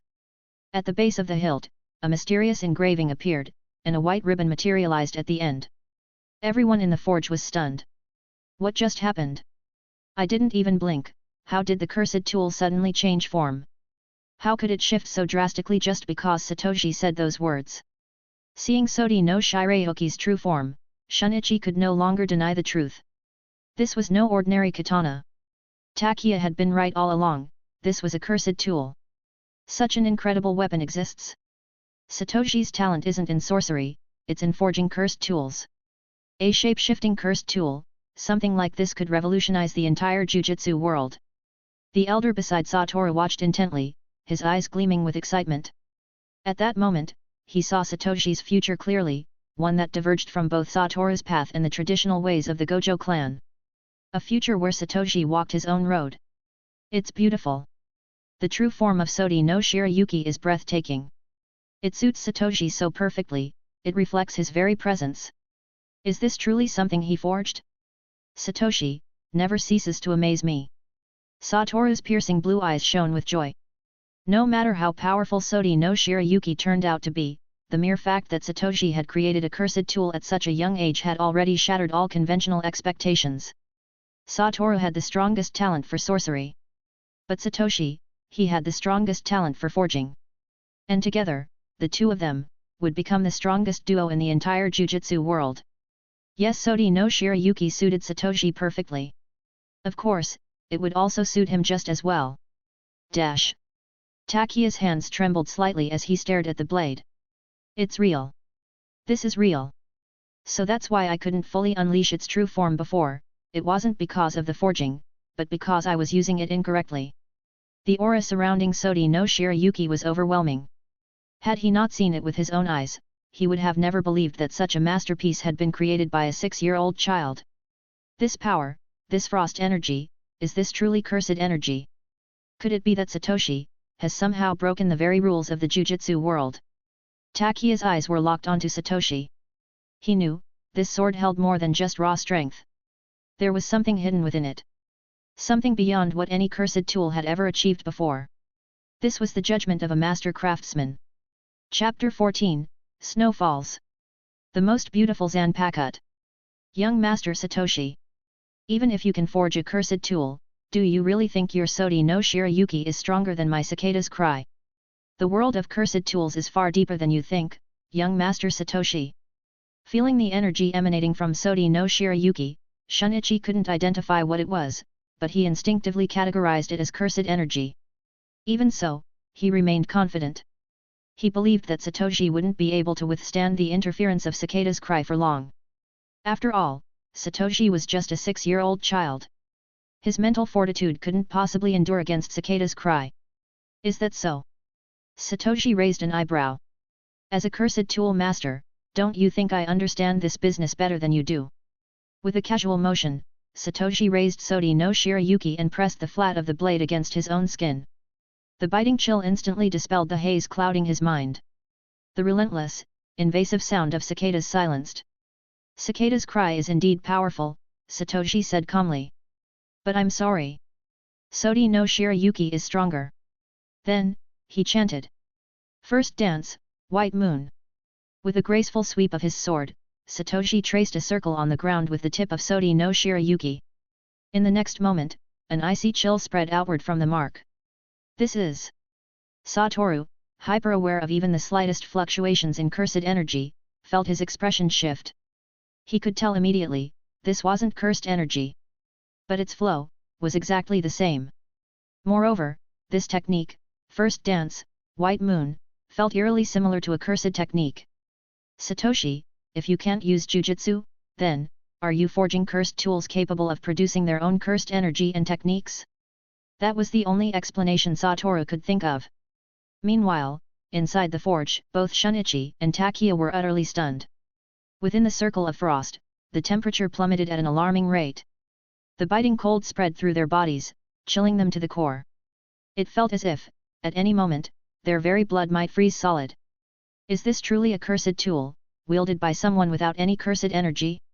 For the first time, Shanichi felt something he hadn't before: fear.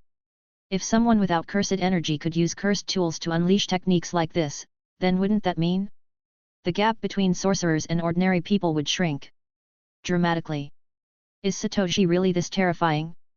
A single person, forging such a weapon, could he be on the verge of reshaping the entire Jujutsu world? In Shinika's grip, Cicada's cry began to tremble. Cicadas only sing in the warmth of summer. Before the overwhelming force of winter, the song of cicadas could only fall into silence. Watch out! At that moment, both Satoru and the elder outside the forge reacted instantly, using Limitless to shield Shanichi and Takiya. A split second later, an enormous avalanche of snow erupted from the icy formation on the ground, surging upward and blowing the entire roof off the forge. The once blazing furnace was instantly frozen solid. At that moment, the entire Gojo estate was shaken.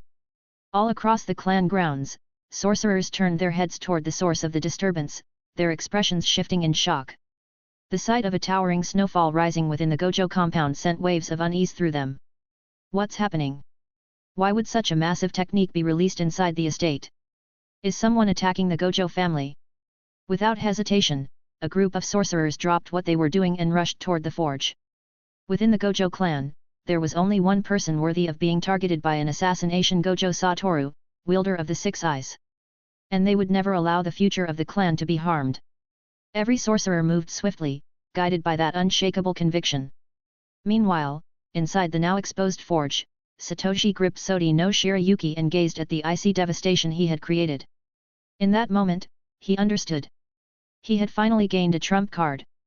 For 6 years, he had been powerless. But now? So what if I don't have cursed energy? So what if I can't use a cursed technique? I have a Zanpakuto.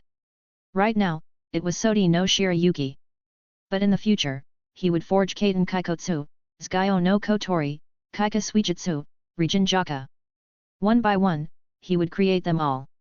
And then, he would wield the power of multiple Zanpakuto at the same time. In this world, each Zanpakuto is equivalent to a sorcerer. You think I'm worthless just because I lack Jujutsu? Fine. I don't need the Gojo clan's protection. Because soon, I'll build an army of my own. Satoshi chuckled softly, raising Sodi no Shirayuki before him.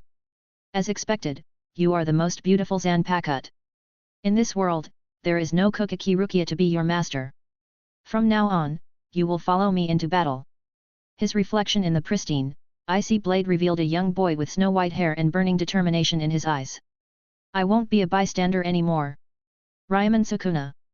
One day, I will see for myself the power that split the Gojo clan in half. Within the protective veil of Limitless, Shanichi and Takia remained silent, their gazes fixed on Satoshi. At that moment, Shanichi fully accepted the truth. He had lost. Completely. The Sodi no Shirayuki in Satoshi's hands was leagues beyond Cicada's cry. This wasn't just a powerful cursed tool. It was something entirely outside his imagination. Young Master. Young Master Satoru. Are you all right? More sorcerers had arrived, their eyes filled with urgency. Seeing Satoru still maintaining Limitless, they immediately went on high alert, scanning the area for an enemy presence. But they found nothing. No assassins. No traces of an intruder. Only Satoshi, standing calmly in the middle of the forge, holding a pure white katana. The newly arrived sorcerers looked at each other in confusion. Wasn't there supposed to be an attack? As even more sorcerers gathered, the elder's eyes flickered with contemplation before he finally spoke. Takia encountered an issue while forging a cursed tool. That's all. There's nothing to worry about, go back to your duties. Do not let anyone else approach. The forge has been unstable. It could be dangerous for those unfamiliar with the situation. His voice was steady and authoritative. But to those who knew better, it was an excuse. Everyone could tell. If this was truly about forging a cursed tool, then why is young Master Satoshi the one standing unharmed, while Master Takia had to be protected by Satoru? Did something happen to young Master Satoshi? Could it be that the useless twin isn't actually useless at all? The thought crossed their minds, but they quickly forced it aside. Within the Gojo clan, the words of the head and deputy head were absolute. If the elder had decided that this matter was not to be spoken of, then they would take this secret to their graves. Under his command, the gathered sorcerers swiftly dispersed. And soon, within a few hundred meters of the forge, only Satoshi and the others remained. Chapter 15, Sodi no Shirayuki's rank? I'll set my own standards. The elder and Satoru descended from the sky. As soon as they landed, Satoru deactivated Limitless and released Shanichi and Takia. Satoshi, did you forge this Sodi no Shirayuki yourself? Satoru's face was filled with curiosity as he walked over to his younger brother. He realized that, despite being together for 6 years, he didn't truly understand Satoshi. For so long, he had carried guilt over what had happened in the womb, blaming himself for Satoshi's lack of cursed energy. He had always wanted to find a way to restore Satoshi's abilities, to make him a sorcerer like himself. But now, he was shocked to discover that his younger brother's talent was no less than his own. Even though Satoshi couldn't wield Jujutsu, the cursed tools he forged held power comparable to that of a sorcerer. In Satoru's eyes, when Satoshi wielded Sodi no Shirayuki, wasn't he essentially a sorcerer with the power of ice? And more than that, his technique was completely unique. Yet, I created it in a moment of inspiration, Satoshi nodded, raising Sodi no Shirayuki and giving it a light swing.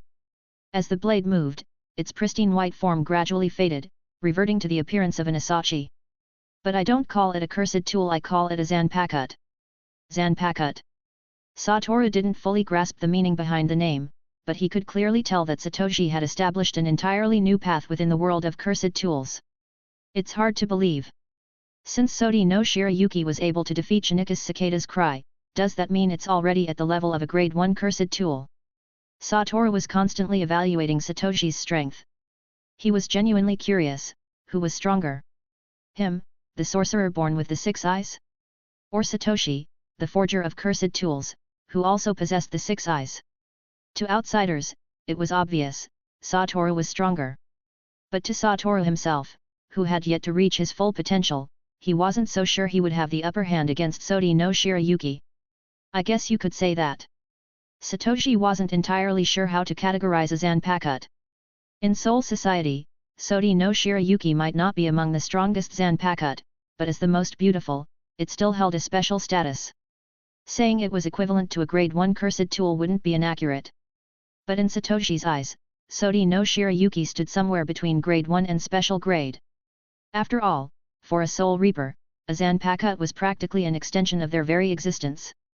Without one, most couldn't even fight. To simply classify Sodi no Shirayuki as a grade 1 cursed tool, felt unfair. With that thought, Satoshi's lips curled into a slight smirk as he whispered to Satoru. My Zanpakuto doesn't need to be ranked by the standards of the Jujutsu world. Every Zanpakuto I forge will be one of a kind. Sodi no Shirayuki is Sodi no Shirayuki, its strength depends entirely on the strength of its wielder. Satoshi patted Satoru's shoulder, sheathed his Asachi, and turned to face Gojo Shanichi, who stood silently nearby. Uncle Shanichi, I believe I won this bet, didn't I? His voice was calm, yet it drew everyone's attention. The elder and Satoru, who had been present from the beginning, both understood the terms of the bet between Shanichi and Satoshi. Shinichi's expression darkened, but he didn't deny it. Without a word, he looked down at the cicada's cry in his hand, then silently tucked it away at his waist and walked over to Takia. Master Takia, I have overstepped today. Please forgive my behavior. Shanichi knelt on the cold ground, pressing his forehead to the floor in a deep bow doxa. From now on, wherever you are, I will keep my distance, just as young Master Satoshi wished. The moment Shanichi finished speaking, the towering ice waterfall in the forge suddenly shattered. The frost dissipated into the air, vanishing without a trace. Takia watched Shanichi for a long moment before shaking his head. I don't need you to avoid me. What I need is for you to show proper respect to Satoshi. He also possesses the 6 eyes. He is Satoru's younger brother. And he is a direct descendant of the Gojo clan. This time, Takia made the stance of the Twin Curse faction explicitly clear in front of the clan leader. Before, they had dismissed Satoshi as a powerless child, one who should accept his fate and live a quiet, ordinary life. But after today, they had witnessed his extraordinary talent firsthand. To simply cast him aside now would be unacceptable.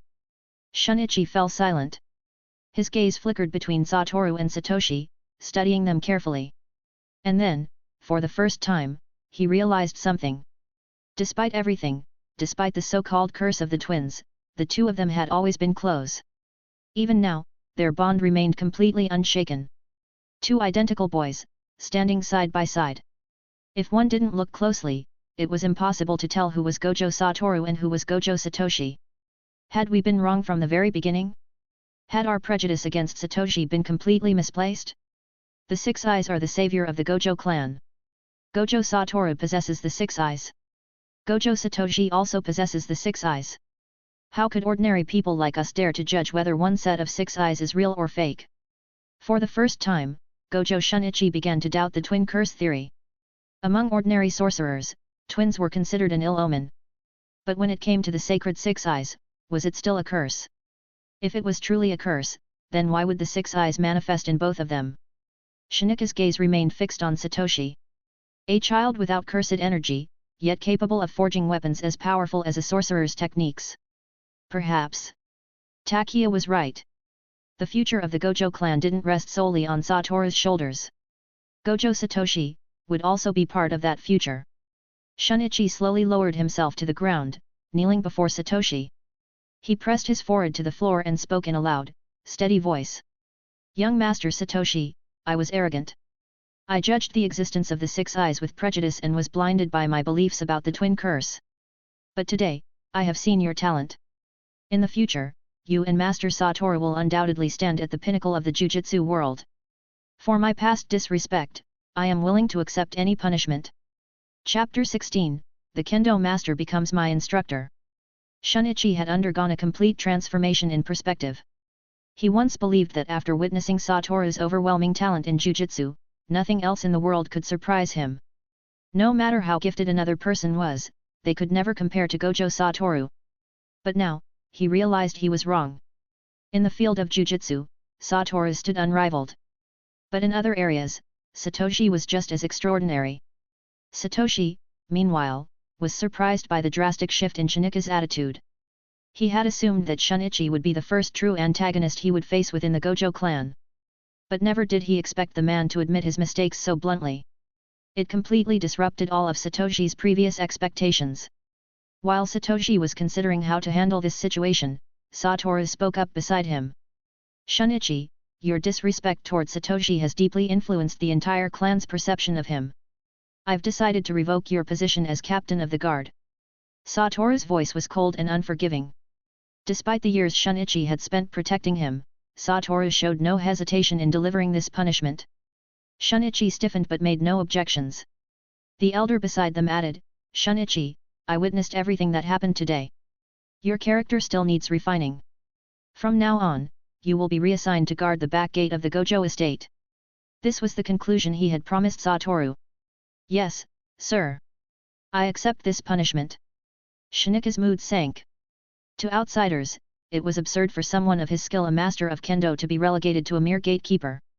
In any family outside of the big three, someone like him would be revered. Yet here, in the Gojo clan, he accepted his demotion without a word of protest. Satoshi watched the scene unfold, his expression shifting slightly. Clan head, I have a request. The elder turned to Satoshi, narrowing his eyes as he observed the twin he had once chosen to spare. Oh? Satoshi, what is it? I admit I have neglected you over the past 6 years, allowing someone like Shanichi to discriminate against you. Whatever you need, I will grant it. The elder's clouded eyes held anticipation. He was genuinely curious, what would Satoshi, a child who had rarely been granted anything in this family, ask for? From the moment Satoshi was born, the elder had sensed something unique about him. Had he been born into another clan, he might have been feared, even labeled an omen.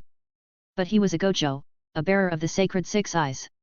A child born with such innate knowledge was not a curse but an anomaly worth observing. Would he ask to study the family's most guarded jujutsu secrets?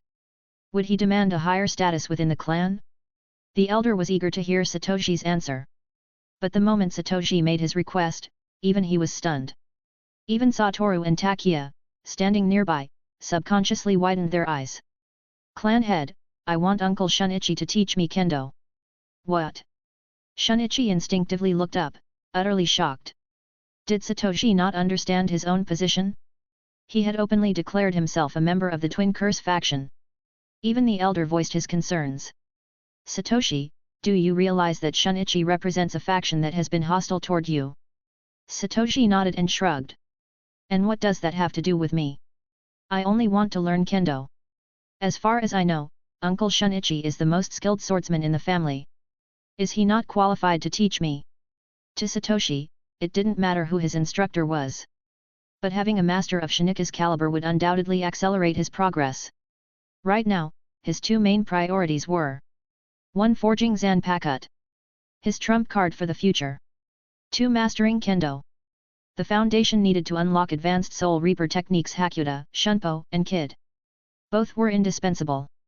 And since he would be spending most of his time in the forge, it was only logical to find a nearby teacher. Why go searching elsewhere when the perfect instructor was already being stationed at the back gate, right next to the forge? He could practice kendo between forging sessions. There was no reason not to take advantage of the opportunity. Satoshi's proposal left the elder and Satoru deep in thought. After a brief exchange of glances, they came to a decision. They didn't know Satoshi's true intentions.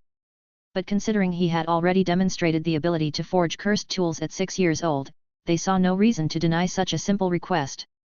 Besides, the elder had already acknowledged Satoshi's talent in forging Sodi no Shirayuki.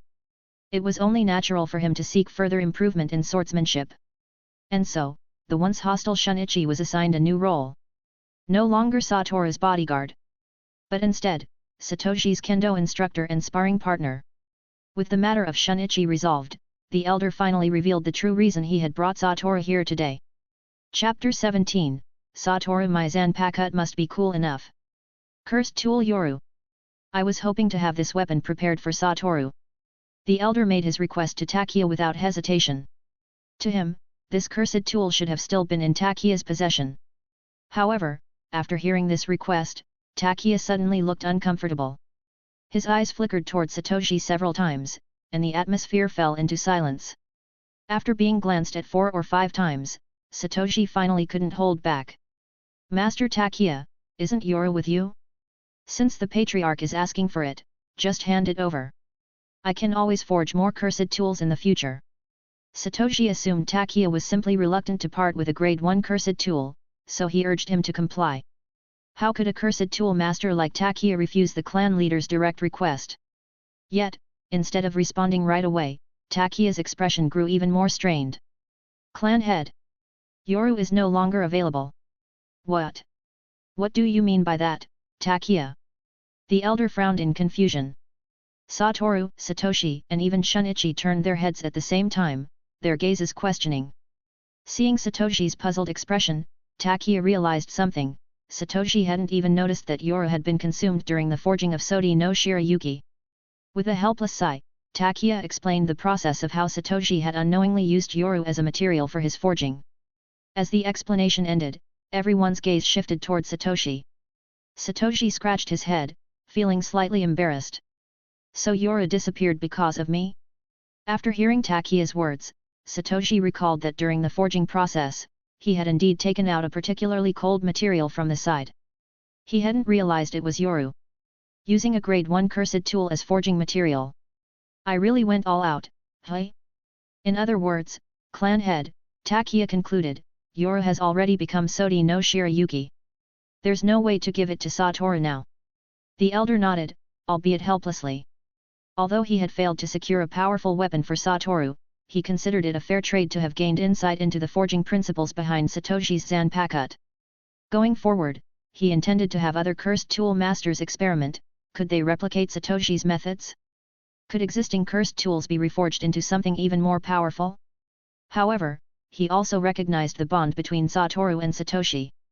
He was certain that Satoshi would eventually forge a weapon suited specifically for Satoru. Some things were best left to the younger generation. With that decision made, the elder took his leave.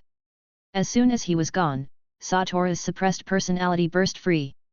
Satoshi, I want a Zanpakuto too. Got it. Although he admired Sodi no Shirayuki, it belonged to Satoshi, and he wouldn't steal something so important from him. Still, that didn't mean he wouldn't demand one of his own. Hearing Satoru's demand, Satoshi rolled his eyes. You think a Zanpakuto is easy to forge? Keep dreaming, Satoru. In an instant, Satoru appeared beside Satoshi, wrapping an arm around his brother's neck in a playful but firm headlock. I don't care how hard it is, I want one. He declared. A Zanpakuto with an ability as cool as Sodi no Shirayuki. Struggling for breath, Satoshi slapped at Satoru's arm in surrender. Alright, alright. I'll make one for you. But Satoru, you have to agree to one condition. Satoru released him immediately. A condition? Sure, name it. Rubbing his sore neck, Satoshi took a deep breath, then spoke seriously. Satoru, no matter how strong you become in the future, you must always carry this Zanpakuto with you. Even if you become the strongest sorcerer in the world, you must have it by your side at all times. Satoshi knew his brother's future. As the face of the Gojo clan, Satoru would one day wield special grade cursed tools. Yet, in every major battle, he would rely solely on his own abilities, fighting barehanded. Because once he became the strongest sorcerer, cursed tools would become nothing more than burdens. There wouldn't be an enemy in existence that could force him to rely on a weapon. But no one could have predicted that the world's strongest sorcerer, the man believed to be invincible would eventually be taken down. In this life, Satoshi had been reborn as Gojo Satoru's younger brother. The bond between them was real. He would never allow Satoru to repeat the same mistakes. This time, he would make sure Satoru never let go of his Zanpakuto, just like the Soul Reapers of the Godai 13. Satoru, do you accept? Faced with Satoshi's sudden intensity, the usually carefree Satoru unconsciously straightened his posture. He didn't know why Satoshi was making such a strange request. But he could feel the deep concern behind his words. After a brief moment of thought, Satoru nodded. I accept. But I have one condition too. If I'm going to carry this Zanpakuto with me at all times. Satoru grinned. Then it has to be cool enough. Satoshi was speechless. Of course. Even now, Satoru was already showing signs of becoming the overly dramatic, self-absorbed sorcerer he would be in the future. Letting out a long sigh, Satoshi nodded. Yeah, I get it. I'll make sure it's the coolest Zanpakuto possible. As he gave in to Satoru's demand, his mind was already working, considering which Soul Society Zanpakuto would best suit Gojo Satoru. If the world's strongest sorcerer wielded an equally powerful Zanpakuto, then even Ryaman Sukuna himself might never be able to defeat Gojo Satoru. Chapter 18, A Meeting Between Satoshi and Toji. Satoshi, you need to clean up properly today. Takia woke Satoshi up early in the morning. A group of attendants entered his room, immediately assisting him in washing up and dressing. What's going on? Still half asleep, Satoshi looked around in confusion, completely unaware of what day it was.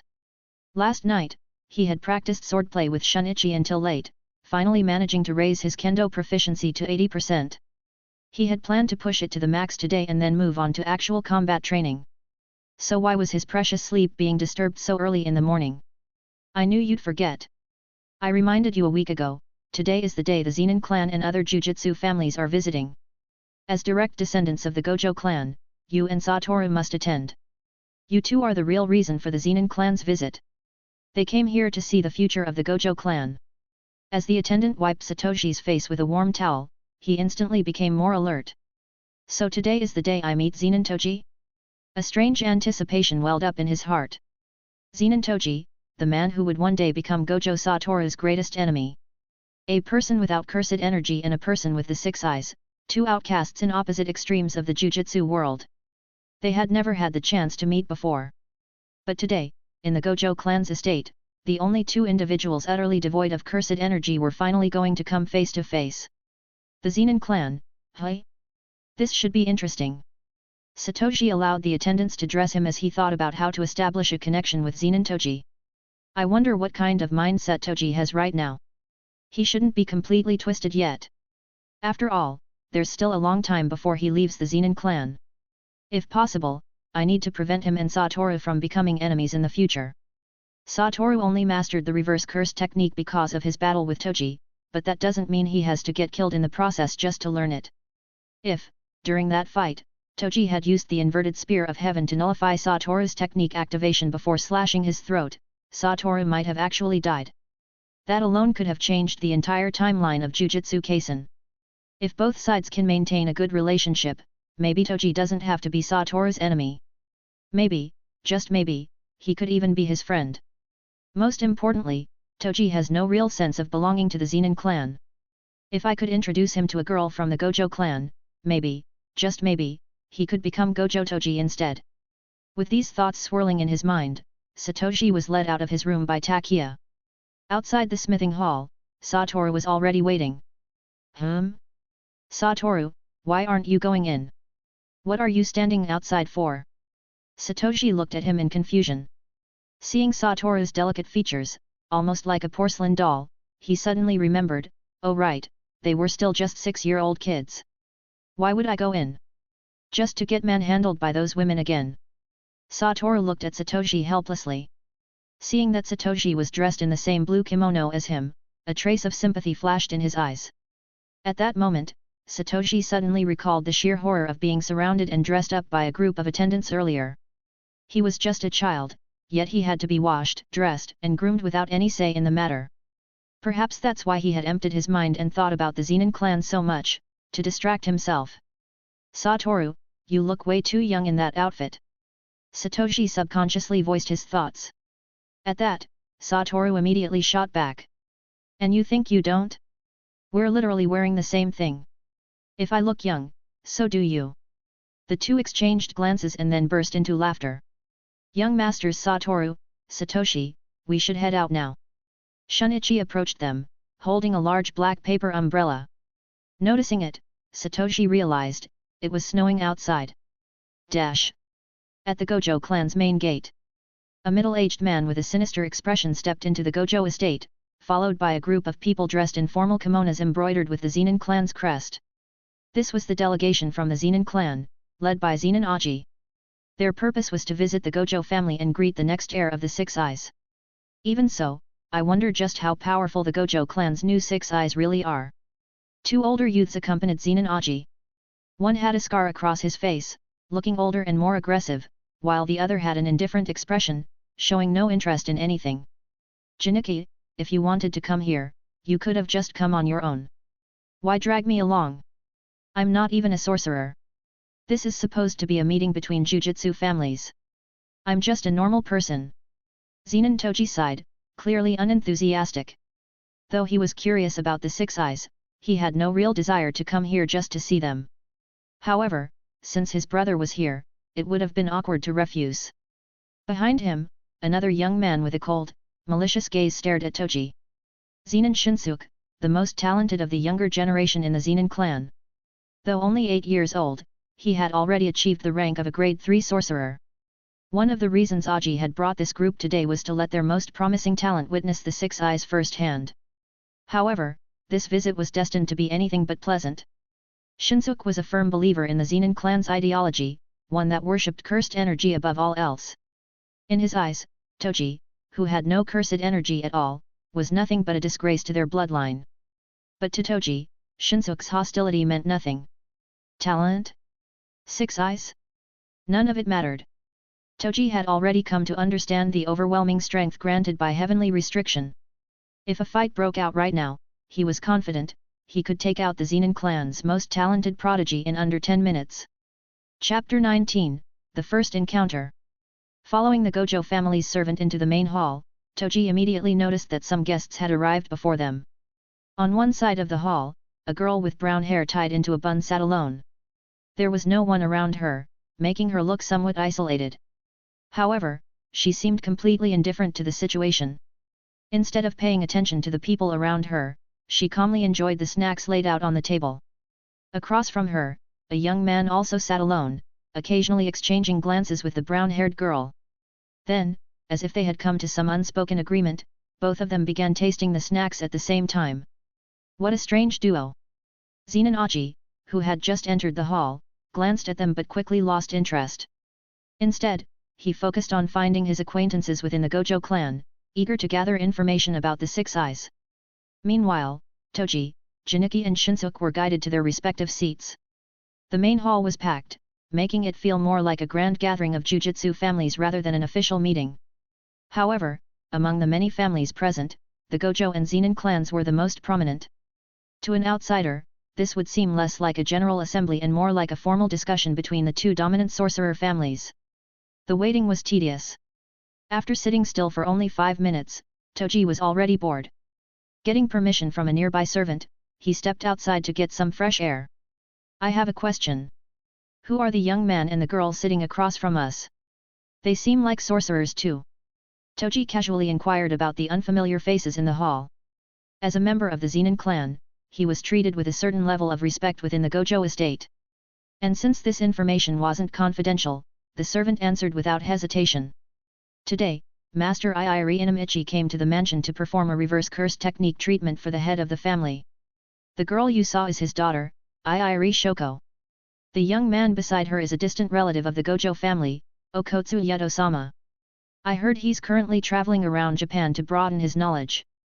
He came today to visit young Master Satoru and young Master Satoshi. Hearing the response, Toji nodded, taking note of the names. Iiri and Okotsu.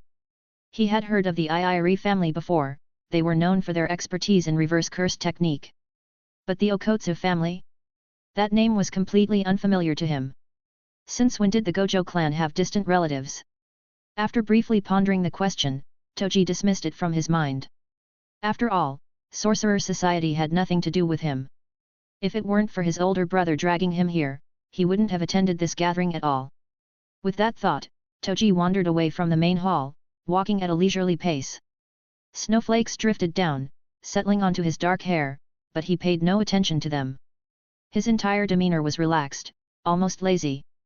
The cigarette between his lips had accumulated a long trail of ash, yet he made no effort to flick it away. Just as Toji was about to turn back, he noticed 3 figures walking along another path. A tall, middle-aged man held an umbrella, sheltering 2 identical white-haired children beneath it. So, these must be the Gojo clan's twin Six Eyes users. Seeing them in person for the first time, they really are just kids. Toji studied the backs of Satoru and Satoshi, then casually raised his cigarette to his lips, taking a long drag before exhaling a slow smoke ring. But in the next moment, the 2 children beneath the umbrella simultaneously turned their heads, locking their gaze onto him. 2 pairs of striking azure eyes bore into him, filled with an unsettling coldness. For the first time in a long while, Toji felt a twinge of unease. Is this the so-called sacred eyes? Even though I was standing behind them, they still sensed me instantly. The Gojo clan's 6 eyes are not to be underestimated. On the other side, Satoru and Satoshi had spotted the man in the distance, their expressions subtly shifting. Young Master Satoru, young Master Satoshi, is something wrong? Shanichi, standing beside them, noticed their abrupt pause and asked in confusion. Following their line of sight, he looked into the distance but saw nothing unusual. That man made me feel a little threatened. Satoru frowned slightly. He was certain of what he had sensed, no cursed energy at all. Yet, somehow, he still felt threatened. Ever since mastering the limitless technique, Satoru had rarely experienced this kind of uneasy premonition. That man wasn't from the Gojo clan. Judging by the emblem on his kimono, he belonged to the Zenin family. Was there really someone that strong within the Zenin clan? The thought puzzled Satoru. Beside him, Satoshi, holding Sodi no Shirayuki, shook his head with a wry smile. He hadn't expected to personally participate in the legendary first encounter between Satoru and Toji. That brief moment when Satoru and he noticed him, Toji would surely remember it forever. The Six Eyes' perception was just too overpowered. In battle, it was an absurd advantage. Don't dwell on it, Satoru. Maybe that guy will be our friend in the future. I have a feeling we'll be seeing a lot more of him. Satoshi chuckled lightly. Zenin Toji the sorcerer killer was destined to be one of Satoru's greatest adversaries. Some fans even joked about the fact that Amanai Riko, one of Satoru's potential love interests, had been killed by Toji. They even quipped that Toji was Gojo's wife killer. Of course, these were just fan speculations. Yet, it was undeniable that Toji had played a significant role in shaping Satoru's life. In fact, it wouldn't be an exaggeration to say that Satoru's future transformation, Geto Suguru's eventual descent, and the tragic split between them had all been triggered by the star plasma vessel assassination mission carried out by Toji. Really? Sounds like you've taken an interest in him, Satoshi. Satoru's curiosity was piqued. Since he's from the Zenin clan, he should be at this gathering too. If we get the chance, let's go meet him. Thanks to Satoshi's casual remark, Satoru's initial apprehension vanished. However, neither of them realized that they were about to face something far worse. A tedious family gathering. Chapter 20, Iiri, Okotsu, Zenin. As Shanichi entered the hall, escorting Satoru and Satoshi, the entire room fell silent. This gathering was of an unprecedented scale, and the fact that the Gojo clan had sent both Six Eyes bearers demonstrated just how seriously they took this meeting. Satoshi remained unfazed by the attention. However, at this young age, Satoru had yet to grow into the formidable force he would one day become. He still found it difficult to adjust to such an environment. Without a word, Satoshi stepped forward, subtly positioning himself to shield Satoru from some of the overwhelming gazes. At the same time, his pseudo six eyes scanned the room, searching for familiar faces. The Zenin clan. Oh, there he is. Satoshi was the first to locate the sorcerer killer. It was immediately apparent that Toji did not have a good relationship with the other members of his family. Even sitting next to his brother, Shanichi, there was no conversation between them, only silence. Zenin Aji, hey? I didn't expect the Zenin clan's elder leading this delegation to be the father of Zenin Maki and Zenin Mai. He's just as bad as the rest. Even though they're also twins, his experience with Satoru is worlds apart from what Maki and Mai went through. Satoshi's gaze shifted toward the middle-aged man, who was engaged in a lively discussion with the twin curse faction of the Gojo family. His expression darkened slightly. It truly seemed like, aside from Fushiguro Megami, there were no normal people in the Zenin family. That little girl looks familiar. Wait, she looks like a young Shoko. No way, is that really Shoko? Damn, she actually tied her hair into a bun? She looks completely different from how she does in the future. Originally, Satoshi had thought that Shoko and Satoru had only met during their high school years. Yet, here she was at this gathering. It seemed that with her father performing reverse curse technique treatment on the Gojo clan head, young Shoko had been left here alone. Perhaps later, he could introduce Satoru to her. Shoko's talent in reverse curse technique was unparalleled in the Jujutsu Kaisen world. Establishing a good relationship now could prove useful after all. If any serious crises arose in the future, her healing skills could be a lifesaver. Wait a minute. Who's that young man sitting next to Shoko? He looks familiar, but I can't seem to place him. That shouldn't be the case. If he were part of the main storyline, I should remember him.